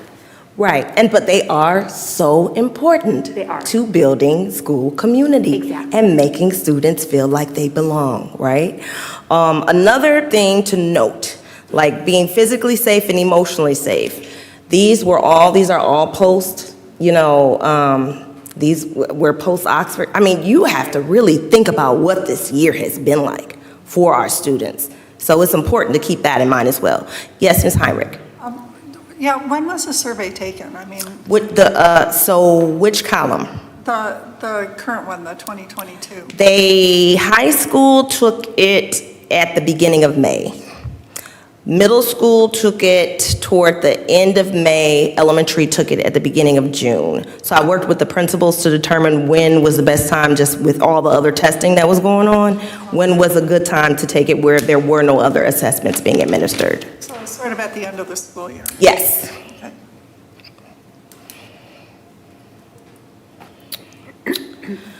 So another thing that again, you guys have all of this data. The other piece that I wanted us to pay attention to were the times when students said never. So even when you look at 1%, like 1% of 2,000 students, it's 20 kids, right? So you might think that's a low number. For some of the things, maybe that's acceptable. For some of them, it's not. You have, 30 kids or 20 kids saying my teachers are never fair, my principal is never fair, I'm never proud to be a student at the school, I never feel physically safe at school, I never feel emotionally safe at school. Again, to me, the nevers were more telling almost than the always and the most of the time. And these numbers, again, they're low, but are we willing to say, that we're okay with 60% of our students, or 60 students, or in some of these cases, let me find, this is K-5, so those are real low. 11.2% of the middle school students said they are never proud to be a student at the school they attend. That's over 100 students. Right? 6.5% said they never feel emotionally safe at school. 20% said they are never encouraged to be in challenging classes. Another thing that we added that there is no other data about from any of the other assessments is I feel like I belong when I'm at school. That is a question that was an addition because that's what this is supposed to get at in general, is belonging. 7.6% of middle schoolers said they never feel like they belong. The same kind of trends in high school, almost middle and high school are very, very, very similar. But just in case you were thinking, we don't have a lot of honors classes in middle school or whatever you might have been thinking to excuse that behavior, excuse that number in middle school, 20% of high school students said they are never encouraged to be in challenging classes. 11% of high school students said they never feel like they belong when they're at school.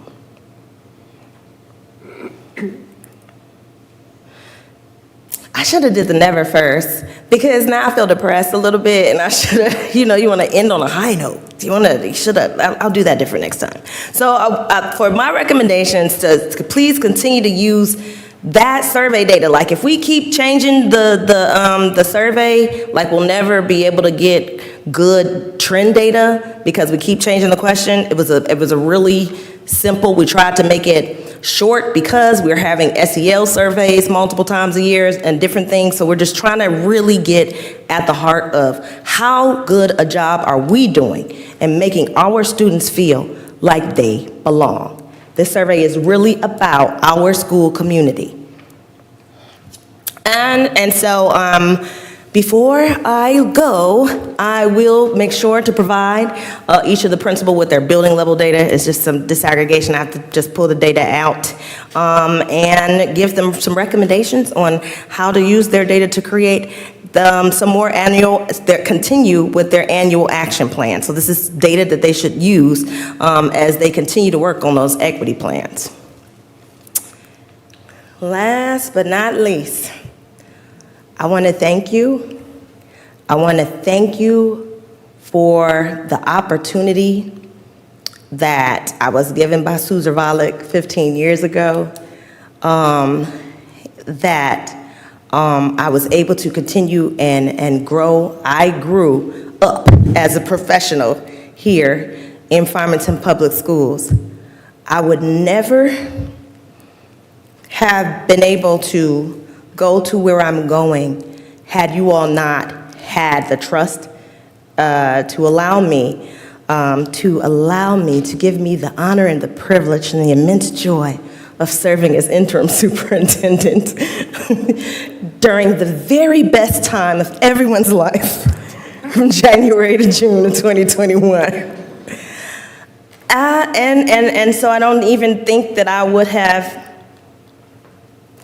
seen it for me had you not seen it for me first. And so I am eternally grateful. I love all of you. I'm the belonging person. I am about love. It's at the foundation of everything I do is love for people, for kids, belief in the world, belief that we can make things better.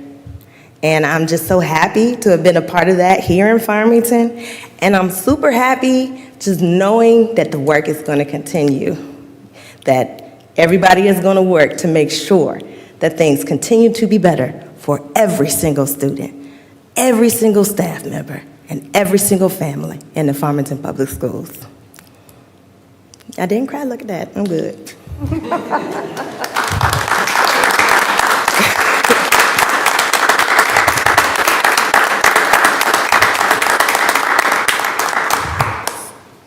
Mrs. Heinrich.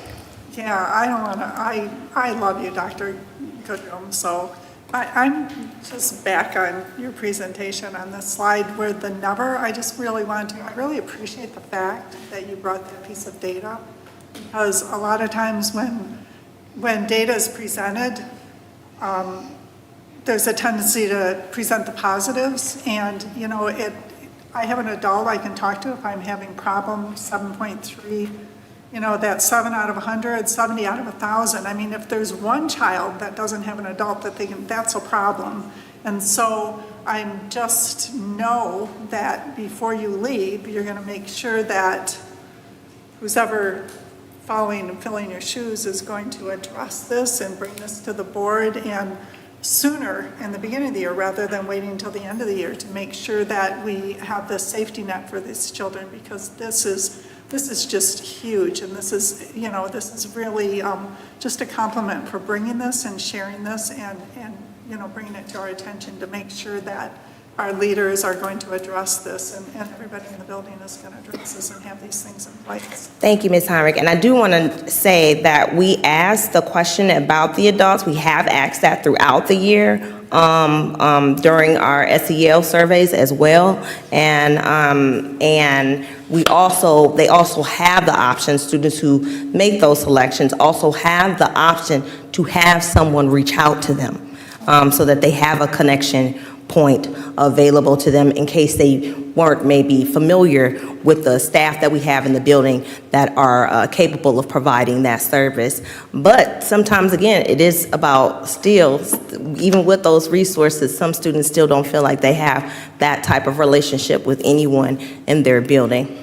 And it's across the board raising awareness, because a lot of kids go through and families and parents and they don't know what's available to them. I mean, and it's a common theme with CTE, with course selections, with everything. So, all of these support things so that families that are struggling or children that are struggling to, throw out that safety net sooner rather than later and make sure that we identify these students and have that and just the communication piece. So I just really appreciate, you bringing this information to us. Thank you. So before I recognize another board member, I want to echo that comment because I was thinking the same thing, that what I appreciate most about presentations to us is that the district, and particularly you, Dr. Gritwin, bring us the good, bad, and the ugly. And we appreciate that. This data is concerning for me. I'd be interested in a couple things. It appears to me that this data is all post-COVID, and I would be very interested in seeing, how much of this, what correlations can we draw? Mm-hmm. And not just at Farmington Public Schools, but more broadly, maybe even, across our county, our state, our nation, what's happening, across the nation here. I would be very interested in understanding that and what can we do about it, because I think this is very important in an environment where we're increasing awareness around mental health issues. When I hear, students not feeling safe, not feeling that they belong, not having a positive view of themselves, those are all, not good. Right. And so I would recommend that maybe we talk about this subject at our next retreat, because I think it is important enough for us to have a conversation to really understand what levers can we pull and push, from a policy perspective to ensure that, students are getting the supports that they need so that we're all emotionally healthy and have a sense of belonging. Right. And I can just share this, if I may. Dr. Goodman doesn't know this yet, but she'll find out soon enough as a superintendent. But with so many new superintendents in the county, there is a new appetite for bringing back the LACO work that started almost 20 years ago with the Minority Student Achievement Network transferring to what we call the Oakland Student Achievement Network, which then morphed into LACO or LACO. And so there are many of us who are talking about revisiting this and looking at the survey data from a countywide basis, especially in light of not only the pandemic, but the tragedies of gun violence that we've had. So I will get to partner with you with that because you're in the county with us. So that's exactly what I was thinking about. We're excited about that opportunity. Thank you for that. Did we have another? Ms. Smith? I also am very disturbed to hear that students felt that they were not received and welcomed. Our students are in our schools from, 7-ish till almost 3. We see them more than their parents see them or their siblings. The feeling unsafe, I get that. I'm quite sure our staff feels unsafe. when these people come in, they don't just say, hey, I want the kids. They're taking out staff members as well. So my concern is, where are our staff at here when it comes down to their safety as well? But to have a child come out and tell you that they don't feel safe. And then we don't know what goes on at home. Right. So if a child doesn't feel safe at school, and there may be a possibility that there's something going on at home, who is listening to our children? So, and this is how we come up with what is going on with the situation that happened in Oxford, as well as in Texas. So we have to continue to work on, as Dr. Delgado is stating, as well as President Weems, we've got to get back to the safety and the welfare of our students, as well as our staff. We got a lot of work to do for our babies to reach out like this and say, this is what's wrong. And we need to listen with our hearts and with our ears, and not listen to defend, but to listen to take care of what's going on. Because we don't need copycat situations for people to say, well, you didn't listen. So I appreciate the information that Dr. Delgado just gave us. And you both will be collaborating. See, I told you everybody ain't gone. So you will be working hand in hand with him, which is amazing. And we can get this taken care of, because my heart bleeds for a child that says that this is what's going on and they need help. Thank you. Mr. Walker. Just a quick question regarding the disaggregation of the data. Are we looking at it from a grade level perspective, demographic in terms of age, race, those kinds of things, gender, just to kind of get a feel for, especially in the never category, what group is feeling it the most, and maybe get a sense of the why? So right now, because just in the time that I had, I was only able to disaggregate it by level, elementary, middle, and high school, but I do have the data that would allow me to disaggregate it by race. We did not collect gender on this survey, so I cannot disaggregate by gender, but I can also disaggregate and see, the plan is to see if there are there trends at particular schools, things of that nature. We have the ability to drill down to that level. Okay, thank you so much, and we greatly appreciate this perhaps last report to us. Thank you, and we will move right along with our 2020 bond update. We have Paul Wills from Plant Moran Cressa with us. Thank you, Superintendent Delgado and President Weems and board members. Let me get to this here. Thank you for an enlarged version of what is here, because both there and what's on my screen is... For those in the public, it should be up here on the screen. So really before I get started, Dr. Goodrum, don't go anywhere yet. Come here for a second. Come here for a second. So you mentioned something about January through June 2021. If you recall, the district had passed a bond in March of 2020, Herculean lift of $98 million. The first series of $68 million issued shortly before you came in. But I just want to thank you, along with Scott Smith, ourselves, the professional teams, to say thank you for your guidance and leadership to actually get the first set of series and projects off the ground. So we actually did $5 million of work at East underneath your guidance and leadership to kind of really kickstart the capital bond train, if you will, to use Superintendent Delgado's. So again, on behalf of the professional teams, thank you. So, okay.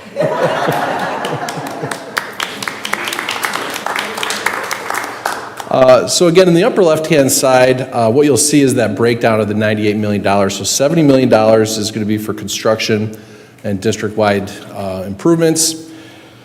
Roughly 20% is technology and security. So I know Mr. Prescott's here to kind of give it technology. So him and I have a big shoes to fill, because just phenomenal presentations this evening leading up to this dashboard report. 6% for buses and about 4% FF&E, which is really a continuation of the 2015 bond going forward. As I mentioned, it was issued in 2 series, so $68 million was allocated. The next series will be in 2023, and you'll see that's why that's important as we go through the projects listed on the left-hand side.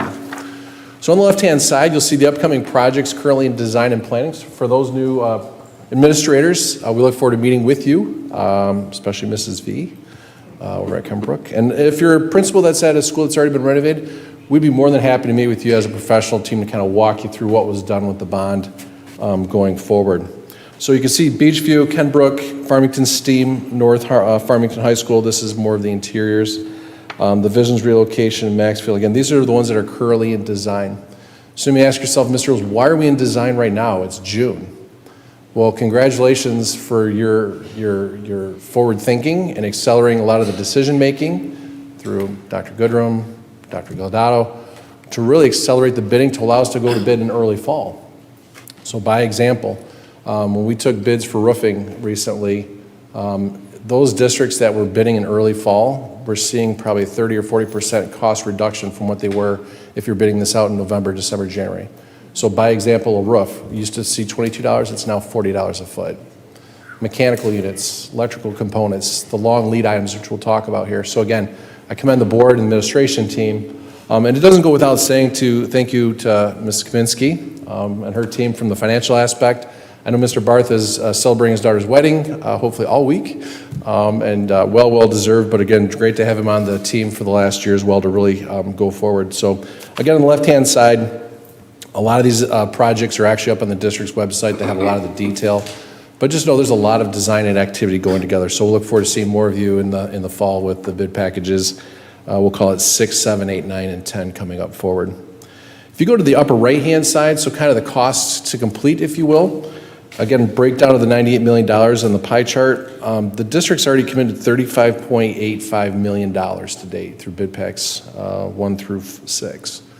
We're on pace to complete 85% of the first series, which I know the Department of Treasury wants you to do that. So you're going to check that box of doing a great job of being able to get this bond accomplished in the 5 to 6 year time period as talked about. The one I did want to point out is actually the reserve owner contingency of $2.2 million. These are monies that we've actually realized over the last 3 years from reduced cost escalation that we didn't have to spend because of timely decisions, managing the construction extremely well with McCarthy Smith and with Wakely Associates to really not have to spend 10% of design contingency and construction contingency. So again, this is a pocket that, again, we wanted to continue to grow, and I believe in the last bond, we were very successful after the 5-6 year period to have a pot of money that allows the district to do some of those additional things that were in that category 3 for those board members that had an opportunity to kind of sit through the 10-year capital plan. Right below that, we've got the gauges, if you will. So again, about 48% of cost construction has been committed. After this fall, you'll see that jump to over 85% of those dollar amounts. Again, finishes for fixtures and equipment, this really does follow kind of the interior renovations. So you're going to see a lot more of that probably in fiscal year 22, 23, and then ultimately into 24. Buses are right on schedule relative to replacing your fleet as established. And then again, Mr. Prescott could talk a little bit about technology and security. So where are we going? In the lower right-hand side, you'll see I guess it's yellow and blue going forward. So we didn't include bid pack 1, which was really east, and then the exterior up north. That represented about $4 million. We're currently closing out what's in yellow. That's about $8 million. And so the capital bond program train is picking up speed. So we did $4 million in 20, $8 million in 21. We're doing about $15 million this upcoming summer and into early fall, which represents roughly building called $1 million home every single week for 15 weeks. I mean, just a kind of perspective of the capital spend. So again, great job to Wakely Associates, McCarthy Smith, and obviously Scott and the team to really, and again, Jennifer and John to really shepherd this forward going forward. So at the end of the day, we're pleased to say we're actually on schedule, if not a little under budget. There are 2 things that came up most recently at our construction meetings, which we do on a weekly basis. There's a gymnasium unit over at Farmington High School. The existing one is still on the roof. We are not taking that off until the other one is shipped and on site. We're hoping to get that done before September 1st, or August 15th actually. But again, we're trying to figure out when that's going to arrive, so that would be done potentially after hours or on a weekend. And then same thing over at Power Middle School, the mechanical unit for the office. It's currently still functioning, it's older, but that unit has also been delayed ship because of supply issues. But we're tracking it, so we're not taking anything down until the new stuff is on site. We can put in place and get that up and running. So with that, further ado, this kind of wraps up our yearly dashboard report. I'll turn it back over to President Weems, Superintendent Delgado, on the board. So I want to say thank you. And now that my husband no longer works at Cressa, I have independence. I missed Cyril, tell him I said hi, and seriously, you and everyone that's been involved in this process have saved us money. And so the accountant in me screams in delight. Frankly, I mean, for years, we've been spending less than we anticipated.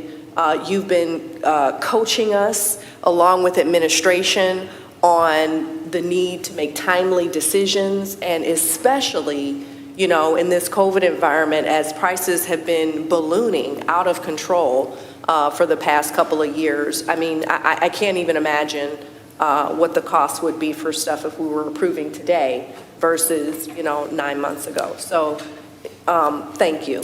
Actually, President Williams, you bring up a great point. So one of the major components is the heating, ventilation, air conditioning unit ventilators. If you recall, in 2020, we actually locked in with the manufacturer for 5 years. I do. With a slight escalation cost, which they agreed to. And we've been working with legal counsel to make sure it's within industry standards. But we're seeing some districts, unfortunately, not take the same approach. We're kind of outsiders looking in, but they're looking 20, 30% escalation for these units. So it used to be 15,000, now it's 25,000. So if you have 400 units, now you have to go back to the community and say, sorry, I'm only doing 30 or 300, not 400. So how do you, again, that's some of those decision making. I think the board really, again, commend to you and administrative team to really have that forward thinking for some of those key components, electrical, mechanical, and things of that nature. But thank you. Thank you very much. Question? Dr. Delgado, any questions? No? Okay. And one last, if I could. Presentation. I Is know Ms. Boyd you still know, here? enjoyed the first 2 hours of our board meeting. No, it's, and actually, is Ms. Boyd still? Okay. So please, I actually saw Mr. Walker with you. I'm also a CT graduate, went through architectural drafting before they had computers to draw all the school stuff.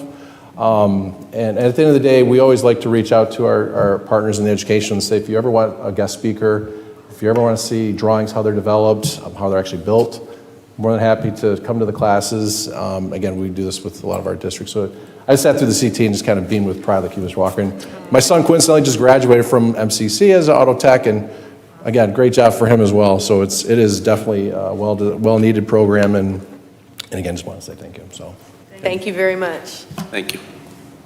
And last but certainly not least, in our district updates tonight, patiently waiting, Mr. Wes Prescott is going to give us an update on our 2018 and 2020 bond technology updates. Good evening. Good evening. So I'm not going to go through all of every historical project that we've done with the bond. You've got kind of the list of things that we've done, just some categories. Classroom technology, classroom AV, we typically replace on a 5 to 6 years life cycle. So we're following that through the bond. We've budgeted for those replacements, and they're actively ongoing. Some of the network and wireless infrastructure lasts a little bit longer. It doesn't endure as much wear and tear. So we can get 7 to 8 years out of a lot of that equipment. So that will be an upcoming project that we're going to be undertaking. So over the past year, you'll notice from the dashboard presentation that not a large portion of the technology budget has been spent. We have still been doing projects, but we were able to save a significant amount of money over the past bonds. We were able to complete some of the projects that we had from the 2020 bond with previous bond dollars. So we'll be able to be able to do some more projects. So right now, over the past year, we have run fiber to both of the high school football stadiums, installed a new sound system. That was completed late last year, or I should say summer of last year. This year we've gone on to do student device replacements. We were able to save a significant amount of money as well using state and federal funds to purchase a large portion of those and not have to use bond dollars. So that was a great savings that we were able to realize. We've also utilized the E-rate program to be able to save some money as well and not have to charge bond dollars to some of those projects. We do have a copy project that is ongoing. We just completed this year's portion. We replaced half the copiers in the district with new machines with Follow Me printing, so you can hit print, go up to any machine and securely print, which is wonderful.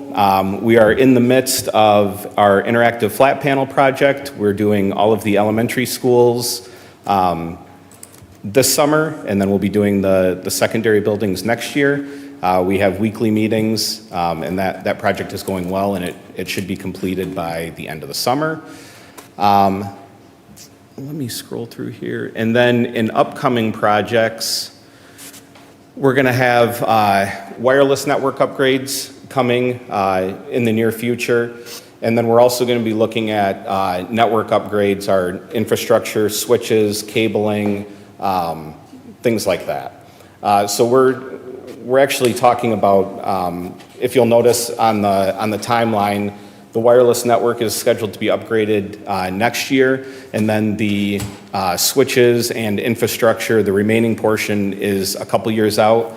We're looking to kind of consolidate at least the bid process for those two items so that we can get, take advantage of our E-rate dollars, and two, we should be able to get more competitive pricing.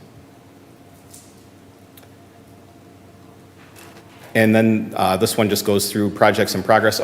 Video surveillance. So part of the bond was to outfit our elementary schools with security cameras. Our secondary buildings have pretty good coverage.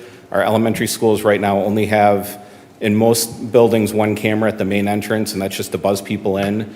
So we've been working with Plant Moran as well as our security team at Oakland Schools to develop a plan. We've got all the prints, we've got all the specs, so we're hopefully releasing an RFP in the next couple weeks to be able to get some bids back and complete that project in the fall.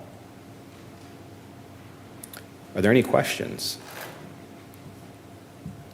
I just wanted to make a comment. I mean, I was picking up on this, the personal devices, the student devices, and the fact that you have a life cycle and the media things and refreshing and things. And so just a compliment on that, to be forward thinking, just because oftentimes it's like, oh, well, we bought these, but not to think that they need to be replaced. So yep. I really appreciate that. And we do stagger our purchases as well. We don't want, when the bond dollars run out and we have to support these programs going forward with general funds, we don't want to have to replace 10,000 devices in 1 year.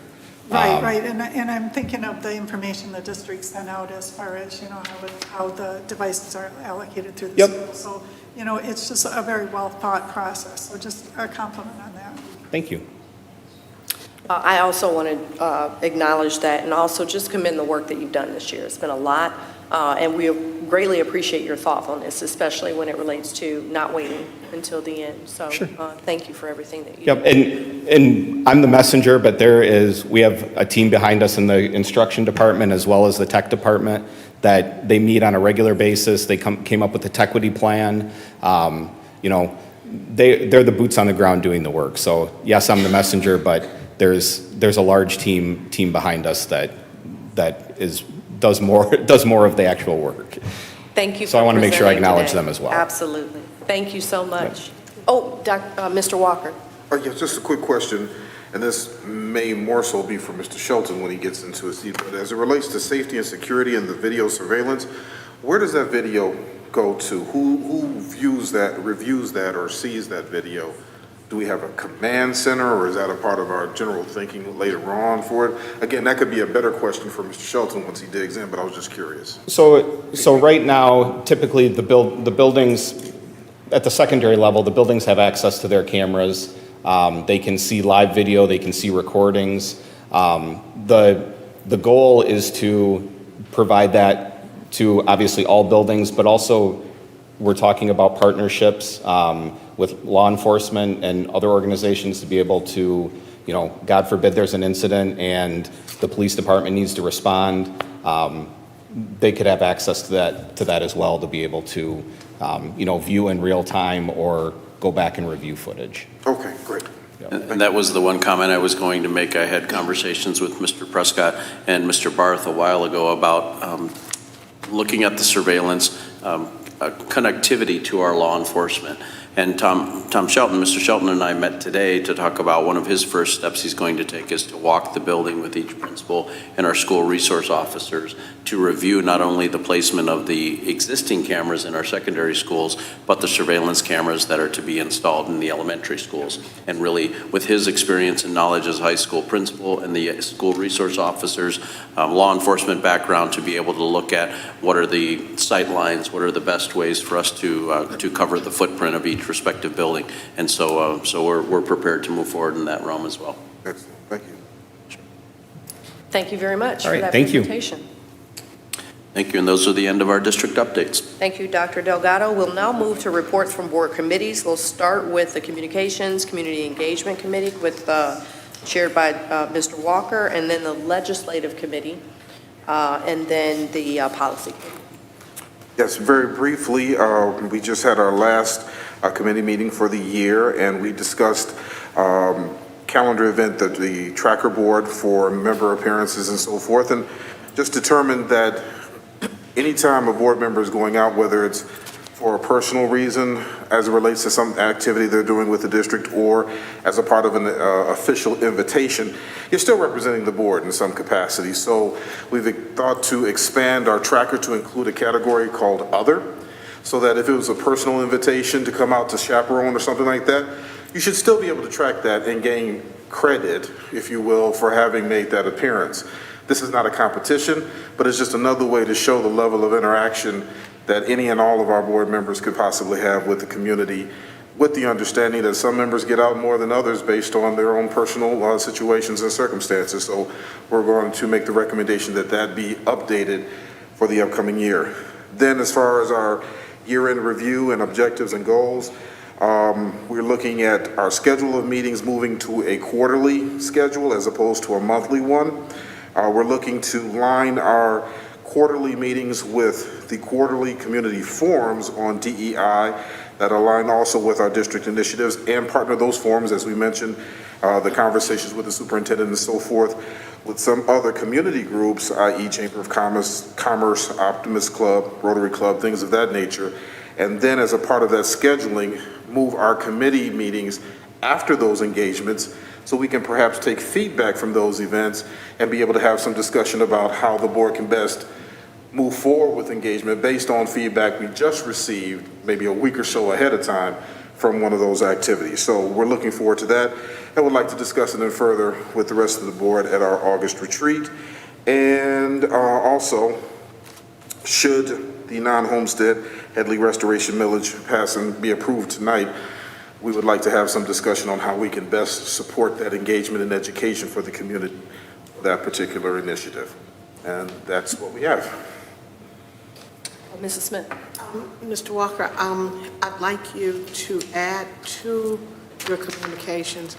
Ms. Fox and I have had conversations with both mayors and city council members as well as our city managers. So I will reach out to you, or Ms. Fox will, or Ms. Bolaware from City Council of Farmington Hills, and we will talk to you as well as Dr. Delgado, because we are discussing doing a community forum, and that would be great for you to put it in for the communications. I'd like you to take part in those communications as well. Sounds good. Sounds good. Appreciate it. Thank you. Thank you very much. Moving on to Dr. Blau. One of the key areas of focus for our legislative committee next year will be to seriously look at the Michigan Merit Curriculum requirements for graduation, high school graduation, as well as our Farmington Public Schools graduation requirements, how they align and what modifications we might make that will be in alignment with our new profile of the learner, of the lifelong learner, and as we use the profile of a lifelong learner to develop our new mission and vision for the district. So trying to bring all of those pieces into alignment with one another. Thank you. We will now move to policy. Mr. Ridge. Thank you. So a few things with Policy Committee. We're waiting for policy updates from Miller Johnson as we have received twice a year in the past, and these updates were being delayed, and then Miller Johnson decided that they didn't have any updates to policies that they were recommending, and so they were holding off following their audit of the policies through the fall. And so we will be re-looking at that coming up into the fall and discussing at the next board retreat next steps for the policy committee, including next steps to look at for different parts of our policies. But we are also looking at, and this is the big thing, is looking to make sure that we have district initiatives such as the best works transcript policy and reviewing that in the committee and then bringing that forward to the full board. And then Dr. Delgado is reaching out to Kevin Sutton from Miller Johnson to come to the next meeting for further discussion. Thank you.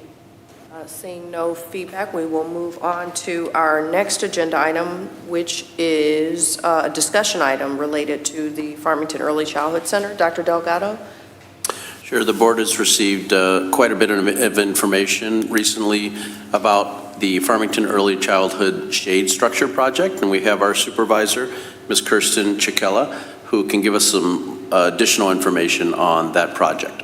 So it's a good day to talk about shade, right? I was out on the playground today looking for it, and we really didn't have any. So just to kind of give you a summary of what was in your packet, we have received a child care stabilization grant for our early childhood center, $388,000.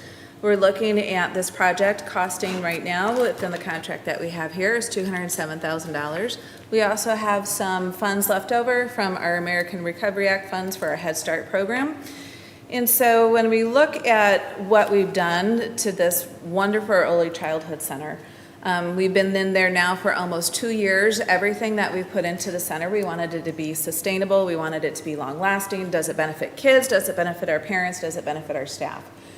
So we did so many structural changes with the addition to the school and revamping the old end of Alameda, and we built this beautiful new playground. If you haven't seen it, it has 3 different components. We kind of have a man-made structure off to one side where we have the rubber matted materials. We have a green turf hill. It's the cement area. We do have a children's garden out there.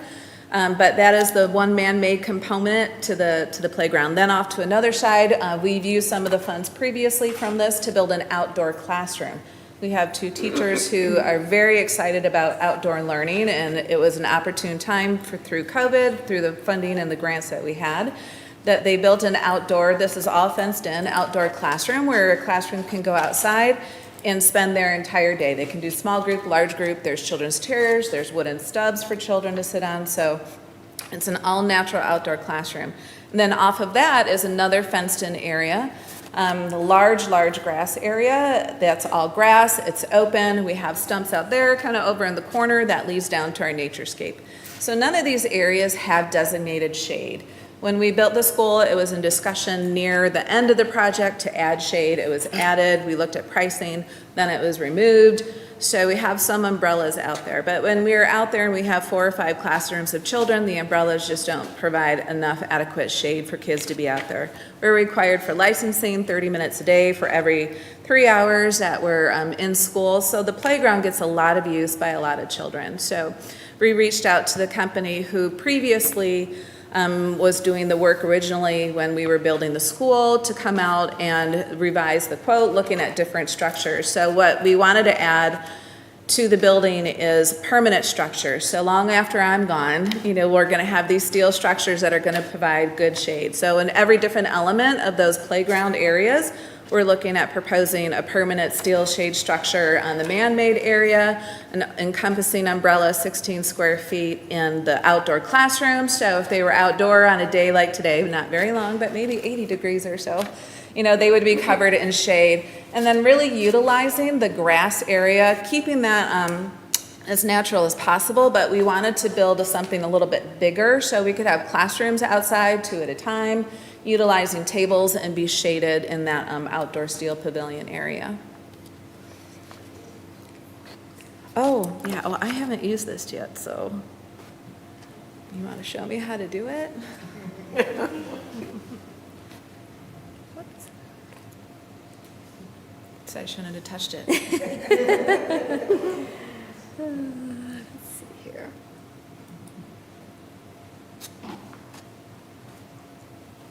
So I just want to make sure that it's clear that these funds would come from a grant that is, basically specific to childhood, Yep, yes, early yep. education So the purposes. Child Care Stabilization Grant is from MDE. We're a licensed child care center. The base of that grant was largely funded because of the size of our center.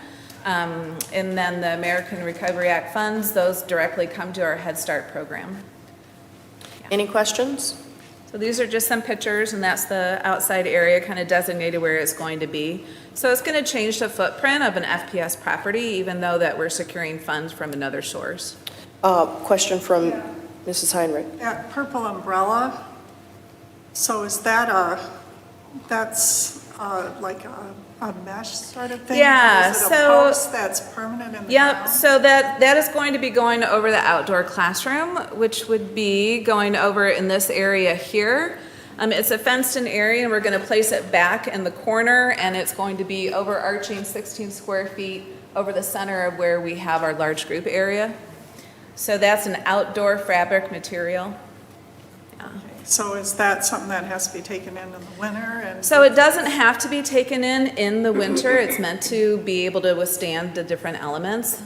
Yeah, it has a 10-year warranty on it thus far, that I'm looking into the warranty for the items. Oh, all right. Yeah, I mean, so I assume it's durable in the winter? Yeah, it's not the typical cloth fabric that you see. Like right now, we have the cloth fabric pop-up umbrellas that go into the center of our picnic tables. This is an outdoor graded material for play structures such as this. That's what I was going to ask, with the wind taken away. Yeah. No, the wind would not take it away. So it's meant for that? Yeah, yep. Good questions. So this will come back to us today in a few minutes, and the reason is because we would obviously want to get started on this sooner rather than later, and you heard earlier today about how we've benefited from making, decisions sooner rather than later, and given this is our last board meeting, we wouldn't want to wait till August. on Right, this and one. there's time constraints to some of this funding as well. The Child Care Stabilization Grant has to be spent and utilized by July 2023. The other is by March 2023. Well, and I'm looking at the steel canopy or the steel pavilion, and it's like, that should last more than 10 years, but then you're looking at that canvassing, so it's only 10 years, and so then what's your? So I think she said there's a 10-year warranty. It may Right, last right, longer right. than Not 10 that years. the life of it would be 10 years. It's a warranty So on it if for something 10 happens years. to it, they replace it in 10 years.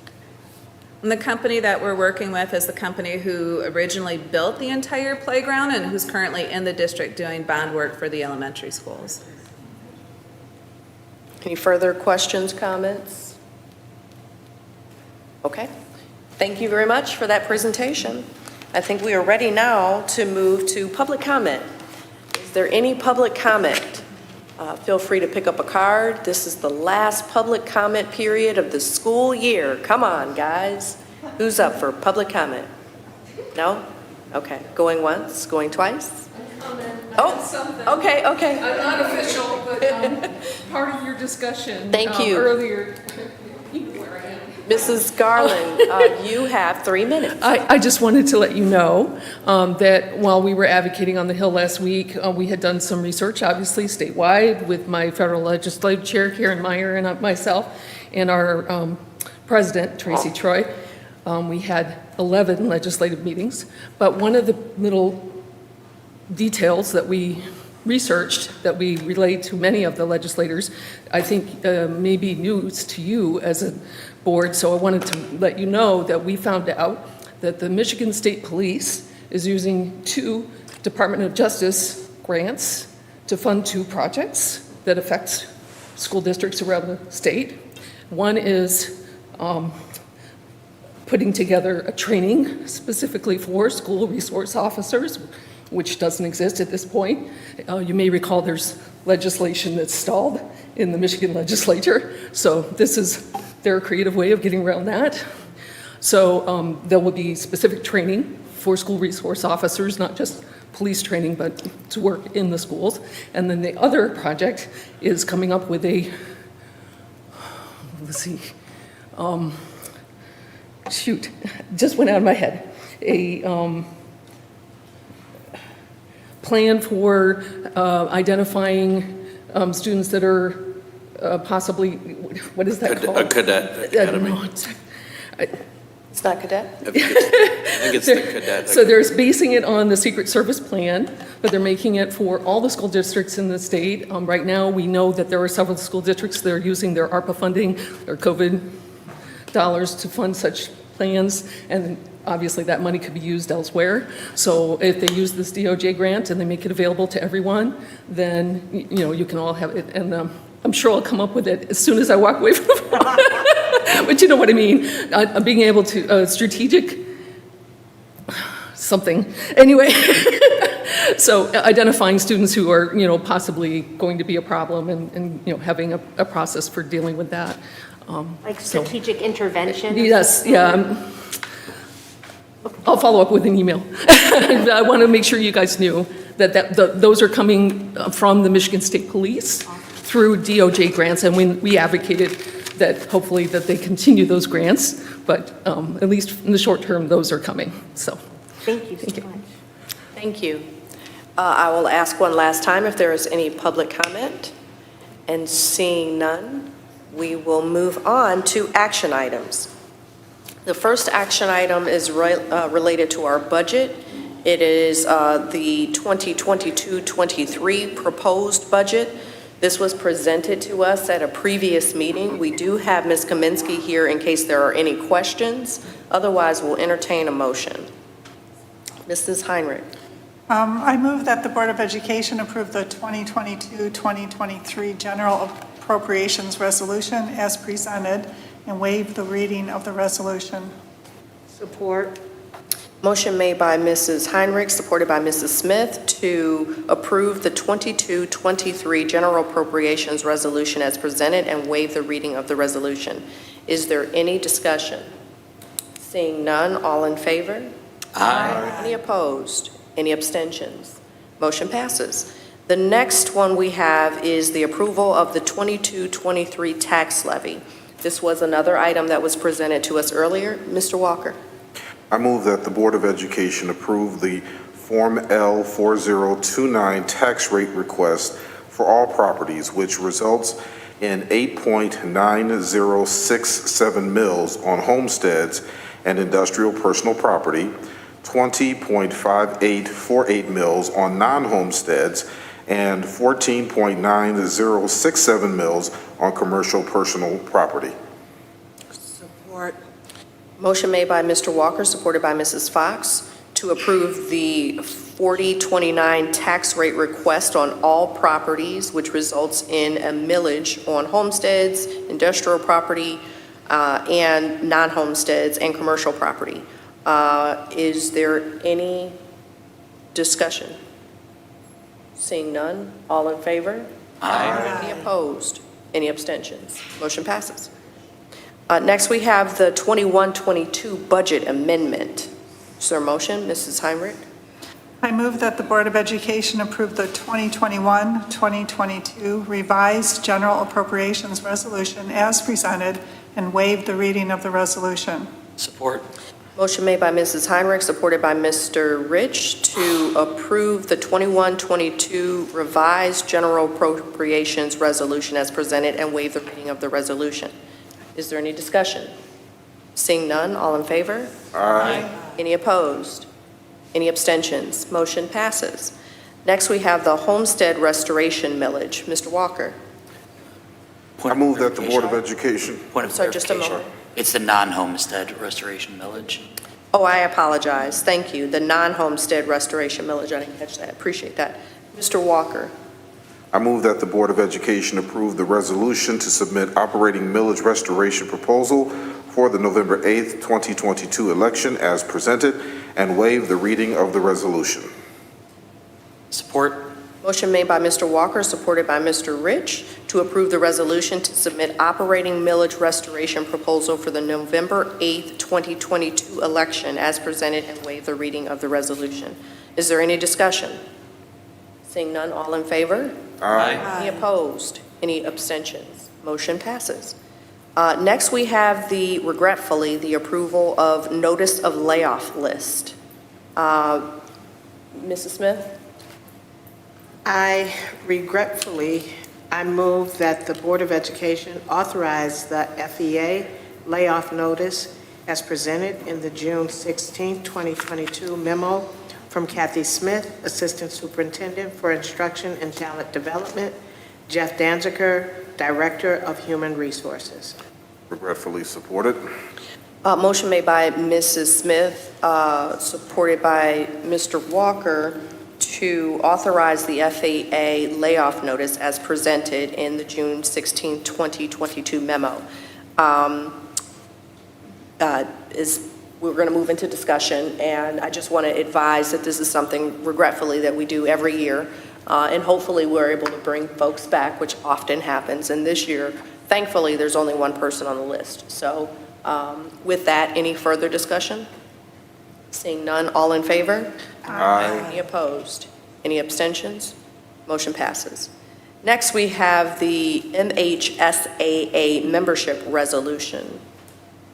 Mr. Walker? I move that the Board of Education approve the MHSAA 2022-2023 membership resolution and waive the reading of the resolution.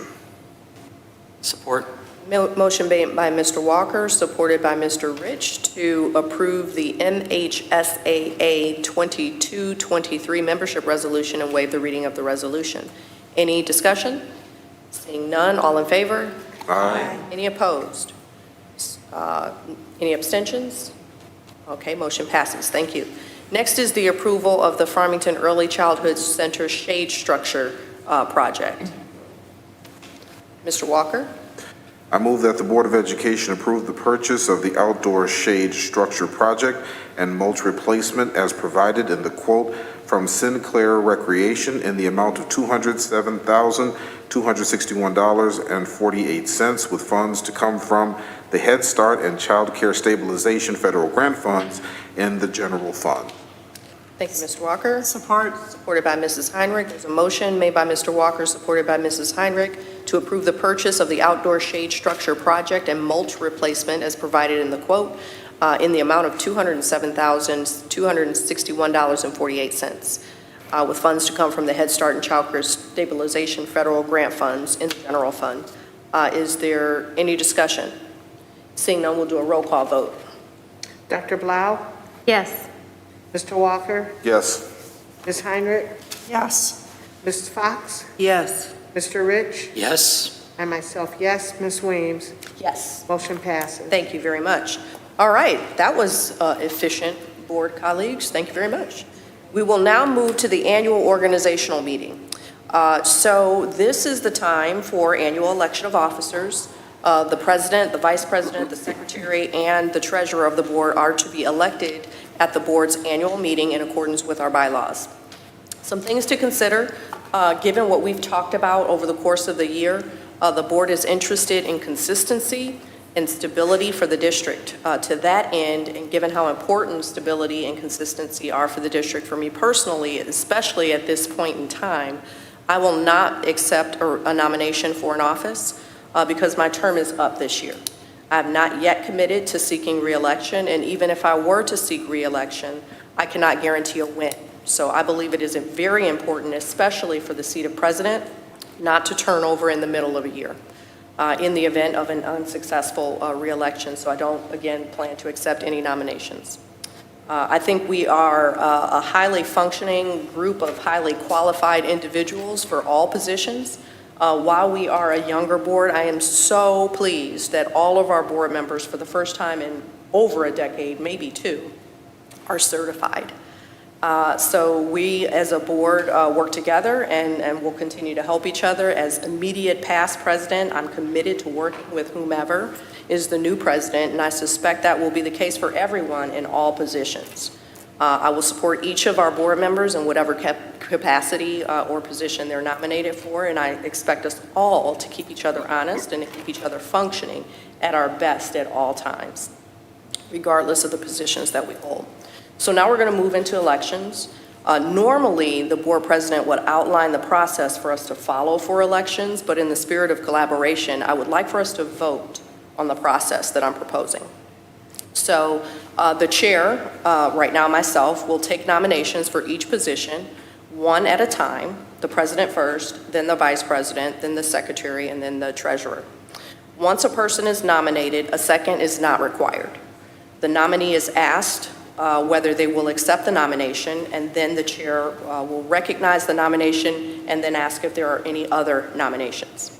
If there are further nominations, then we're going to do a voice vote on each person in the order of the nomination. So if Susie Smith is nominated first and then Joe Johnson is nominated second, we would vote in that order.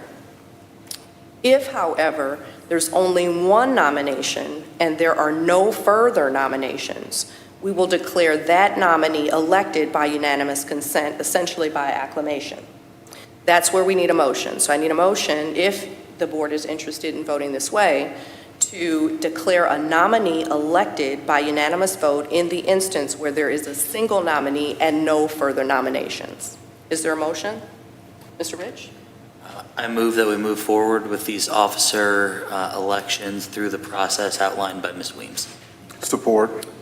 There is a motion on the floor by Mr. Rich, supported by Mr. Walker, to declare a nominee elected unanimously in the instance where there is a single nominee and no further nominations.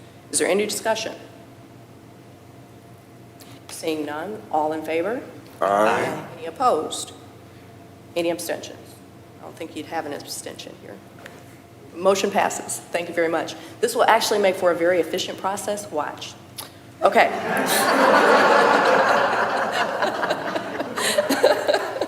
Okay. One other point. Once the position of president has been filled, the election of officers will transition from the immediate past president to whoever the new chair is. Okay? All right. So, are there any nominations for president? Mr. Rich? I would like to nominate Dr. Cheryl Blau for president. There is no need for a second. Are there any further nominations? Right now, Dr. Blau has been nominated for president. Seeing no further nominations, we are... Oh, yeah. You didn't ask what you wanted. Sorry. Shirt again. Dr. Blau, do you accept the position of president for the next school year? Yes, I do. Thank you very much. Are there any further nominations? All right. In that case, we are now declaring Dr. Cheryl Blau as our next president, as there are no other nominees. Congratulations, Dr. Blau. Thank you. All right. You're sure you don't want to keep that to the end of the meeting? I am positive.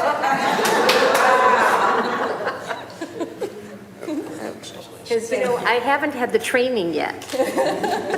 No, we're sure you're going to get it. So the next step would be for us to vote for vice president. And so, Mrs. President, would you like to open up the nominations for vice president? Yes. Are there any nominations for vice president? Ms. Fox? I nominate Angie Smith for vice president. Do you accept the nomination? Yes. Are there any other nominations for vice president? Seeing none, congratulations. No, thank you. Welcome. You want a turn? I'm good. Okay, then. I believe next we move on to items from the treasurer. Secretary. Oh, secretary, I'm sorry. Sorry. Secretary, are there any nominations? Okay. I'd like to nominate Mr. Walker, Donald Walker, as the secretary. Mr. Walker, do you accept the nomination? Humbly accept. You're supposed to say, I do. I'm just, wrong court, right? Said it to the wife, so anyway, I do. Yes, I do. Are there any other nominations for secretary? Seeing none, congratulations, Mr. Walker. Now we are on to nominations for treasurer. Are there any nominations for treasurer? I'd like to nominate Claudia Heinrich for our treasurer. Ms. Heinrich, do you accept the nomination? Yes. Are there any other nominations for treasurer? Seeing none, congratulations, Ms. Heinrich. Okay, now I think we can move on to items. Yes. Just a quick note, I just want to say thank you all. I think you guys made some great decisions. Oh, perfect. And congratulations, and congratulations. Okay, now, items from the treasurer, Ms. Heinrich. Expenditures. I move that the Board of Education approve the expenditures as outlined in the expenditure printout dated June 21st, 2022 as follows. General Fund, $11,101,447. General Fund Athletics, $176,440. Debt Fund, 0. Capital Projects, Technology and Other Projects, 0. Capital Projects 2018 Bond Fund, $19,327. Capital Projects 2020 Bond Fund, $3,545,362. Nutrition Services Fund, $306,539. Benefit Stabilization Fund, $1,457,888. Total, $16,607,003. Support. Okay, a motion put forward by Ms. Heinrich and seconded by Mr. Rich to approve the expenditures as delineated by Ms. Heinrich. All in favor? Aye. Opposed? Any abstentions? Motion passes. Okay. You have another item, I believe? I do. I have bank investments, institutions, and account signatories. I move that the board authorize for the 2022-23 school year the deposit of school district funds in the following financial institutions: JP Morgan Chase Bank, N.A., Comerica Bank, Livingston Oakland County Credit Union, Bank of America, Citizens Bank, Fifth Third Bank for Michigan Liquid Asset Fund, Huntington National Bank, PNC Bank, Flagstar Bank, Independent Bank, Level One Bank, and authorize the investment of surplus funds through the following financial institutions: Michigan Liquid Asset Fund, Fifth Third Bank, Bank of America, JP Morgan Chase Bank, N.A., Comerica Bank, Fifth Third Bank, and authorize the following public school signatories for the listed funds for 2023. General Fund, Board President and Board Treasurer. Debt Fund, Board President and Board Treasurer. Capital Projects Fund, Board President and Board Treasurer. Nutrition Services Fund, Board President and Board Treasurer. Student Activities Fund, Board President and Board Treasurer. Benefit Stabilization Fund, Board President and Board Treasurer. Support. A motion has been put forward by Ms. Heinrich and seconded by Mr. Walker regarding the bank and investment institutions and account signatories. All in favor? Aye. All opposed? Any abstentions? Motion passes. I have a question, President Emeritus, around the consent agenda. Can we approve all of those together? Okay. Do I need to read each of the items? Yes. Thank you, Dr. Mrs. President. I move to approve the consent agenda, which includes the approval of minutes from the June 7th, 2022 regular meeting, the Head Start Director's monthly report, the North Farmington High School cell towers, the assignment of ground lease and telecommunications easements, and personnel items. Support. The consent agenda has been put forward by Ms. Weems and supported by Ms. Smith. All in favor? Aye. All opposed? Any abstentions? Motion for the consent agenda passes. Are there any reports from board representatives? Seeing none, we'll move on. Any recommendations for future agenda items? Seeing none, we will move on. Good and welfare. Mr. Walker? Just want to share with the community that the Silver Dairy located on Grand River and Operation Common Good, they've teamed up for what they're referring to as Moolinda Mondays from June 20th through August 29th. 10% of all ice cream purchases made will support Operation Common Good. So want to encourage the community to come out and support, put something good in your system and do something good at the same time. Wonderful. Thank you. Ms. Heinrich? Yeah, I just want to publicly thank Board President Weems and Vice President Rich for their leadership during the past year and a half, really, and just really worked well as a team, guiding us through the pandemic, in-person learning, interim superintendent search, and just all the work that was done, and just all the patience and time that was involved. And they always put the interest of our school community first and the interest of the board, and really, you know, modeled what leadership is and collaboration and cooperative is. So thank you for all that you've done for our school community and for our board.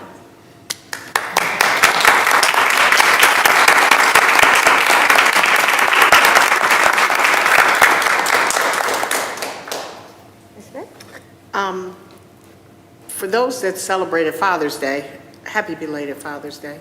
To the dads and the bonus dads, I don't like the word step because you step on steps, but those that have taken the privilege to go out there and do the right thing and take care of those kids. Hopefully you didn't have honey-do list, and you had those days where you could just sit back and relax.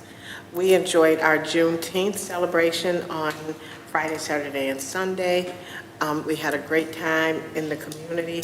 And again, congratulations to all of our graduates and to the clap-outs at our elementary schools and high schools and middle schools. And everybody have a safe summer and enjoy yourselves. And see you back in August, September. Yeah, just really briefly, I want to thank the board for your confidence in me. I really enjoyed supporting you and serving as the president for the past almost 2 years. And I also want to thank Zach Rich, who has been my right hand and very knowledgeable in all subjects, having served in every position on the board in a short time. So I just wanted to say I appreciate you as well. And I know I speak for him when I say that we will both be here to support you in every way. Thank God. Did I say that out loud? Yes. I think, you know, Ms. Weems really touched on it. It's been a long year and a half, 2 years or so on this board, but I have been very blessed to be working alongside Ms. Weems to make sure that we were going in the right direction and doing it for the betterment of this community, because that's why we are here. We are here for our community, for our students, for our staff, and making sure that we are a place where students are able to learn, where people want to teach, and where people want to raise their families. This past, not this past weekend, but the one before it, we had students from the Farmington district put on and invite us to a March for Our Lives rally just down the road. And when I was speaking at the rally, something, you know, really dawned on me that, you know, with everything that we've seen going on with up here in Oxford, what we're seeing, what we saw down in Texas, what we're seeing, all across this country, is people look back and talk a lot about Columbine. And that happened when I was in preschool.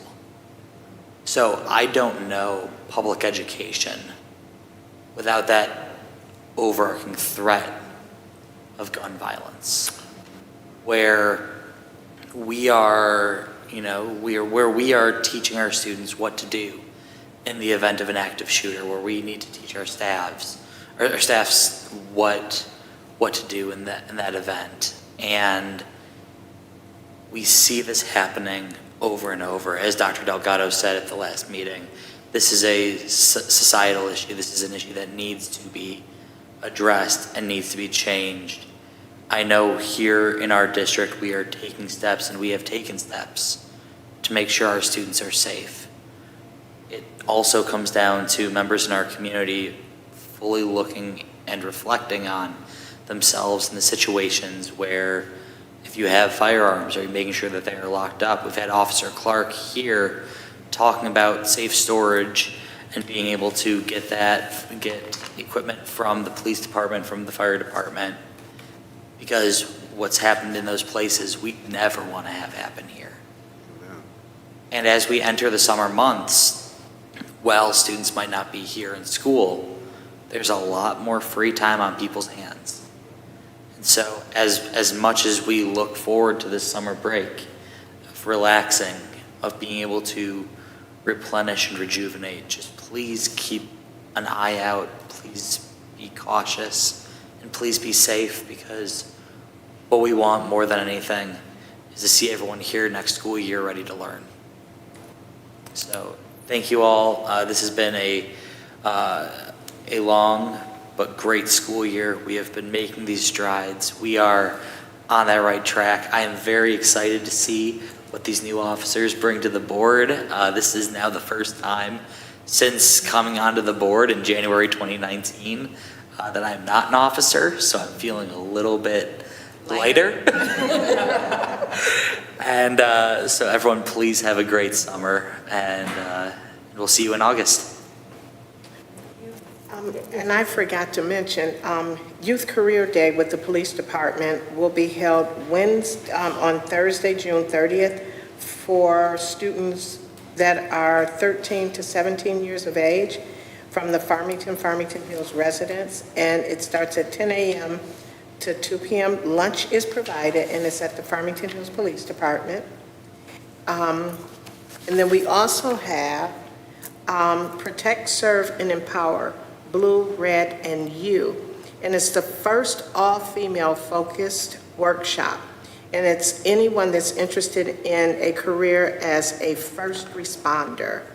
And that's for students, young women from the ages of 15 through 18.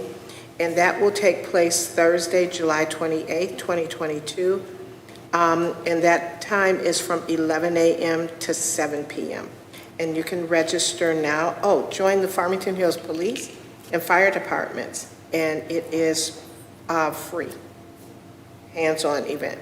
So, yeah, this information is available for all students. Thank you. Any other good and welfare? I have some good and welfare. Both of my sons are Farmington High School graduates. They graduated in 2017 and 2019. And my younger son just started an internship this week at Stanford working on the particle accelerator.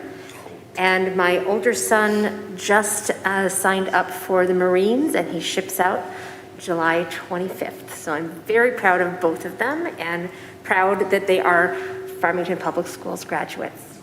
So, thank you. I have one last thing that I wanted to say to our esteemed board. A rainbow is beautiful because of its varied colors, not despite them. And buildings are strengthened by the support beams that travel in a variety of directions, vertical, horizontal, diagonal, each supporting the weight of the structure in its own way. Likewise, our board is strong because of our varied experiences and strengths, perceptions and opinions, questions, and ideas, not despite them. I thank you for your confidence in me to serve as our president for the coming year, and for your patience with me as I learn, particularly when I stumble, as no doubt I will from time to time as I grow into this new role. This past year, our strength as a board has been our willingness to come together with respect and openness, each of us offering our unique perspectives and skills, all toward the betterment of learning and growth for the students of our district. I have great confidence in our ability to continue to work together as a board in this way. I thank you, esteemed colleagues. And I believe we are adjourned.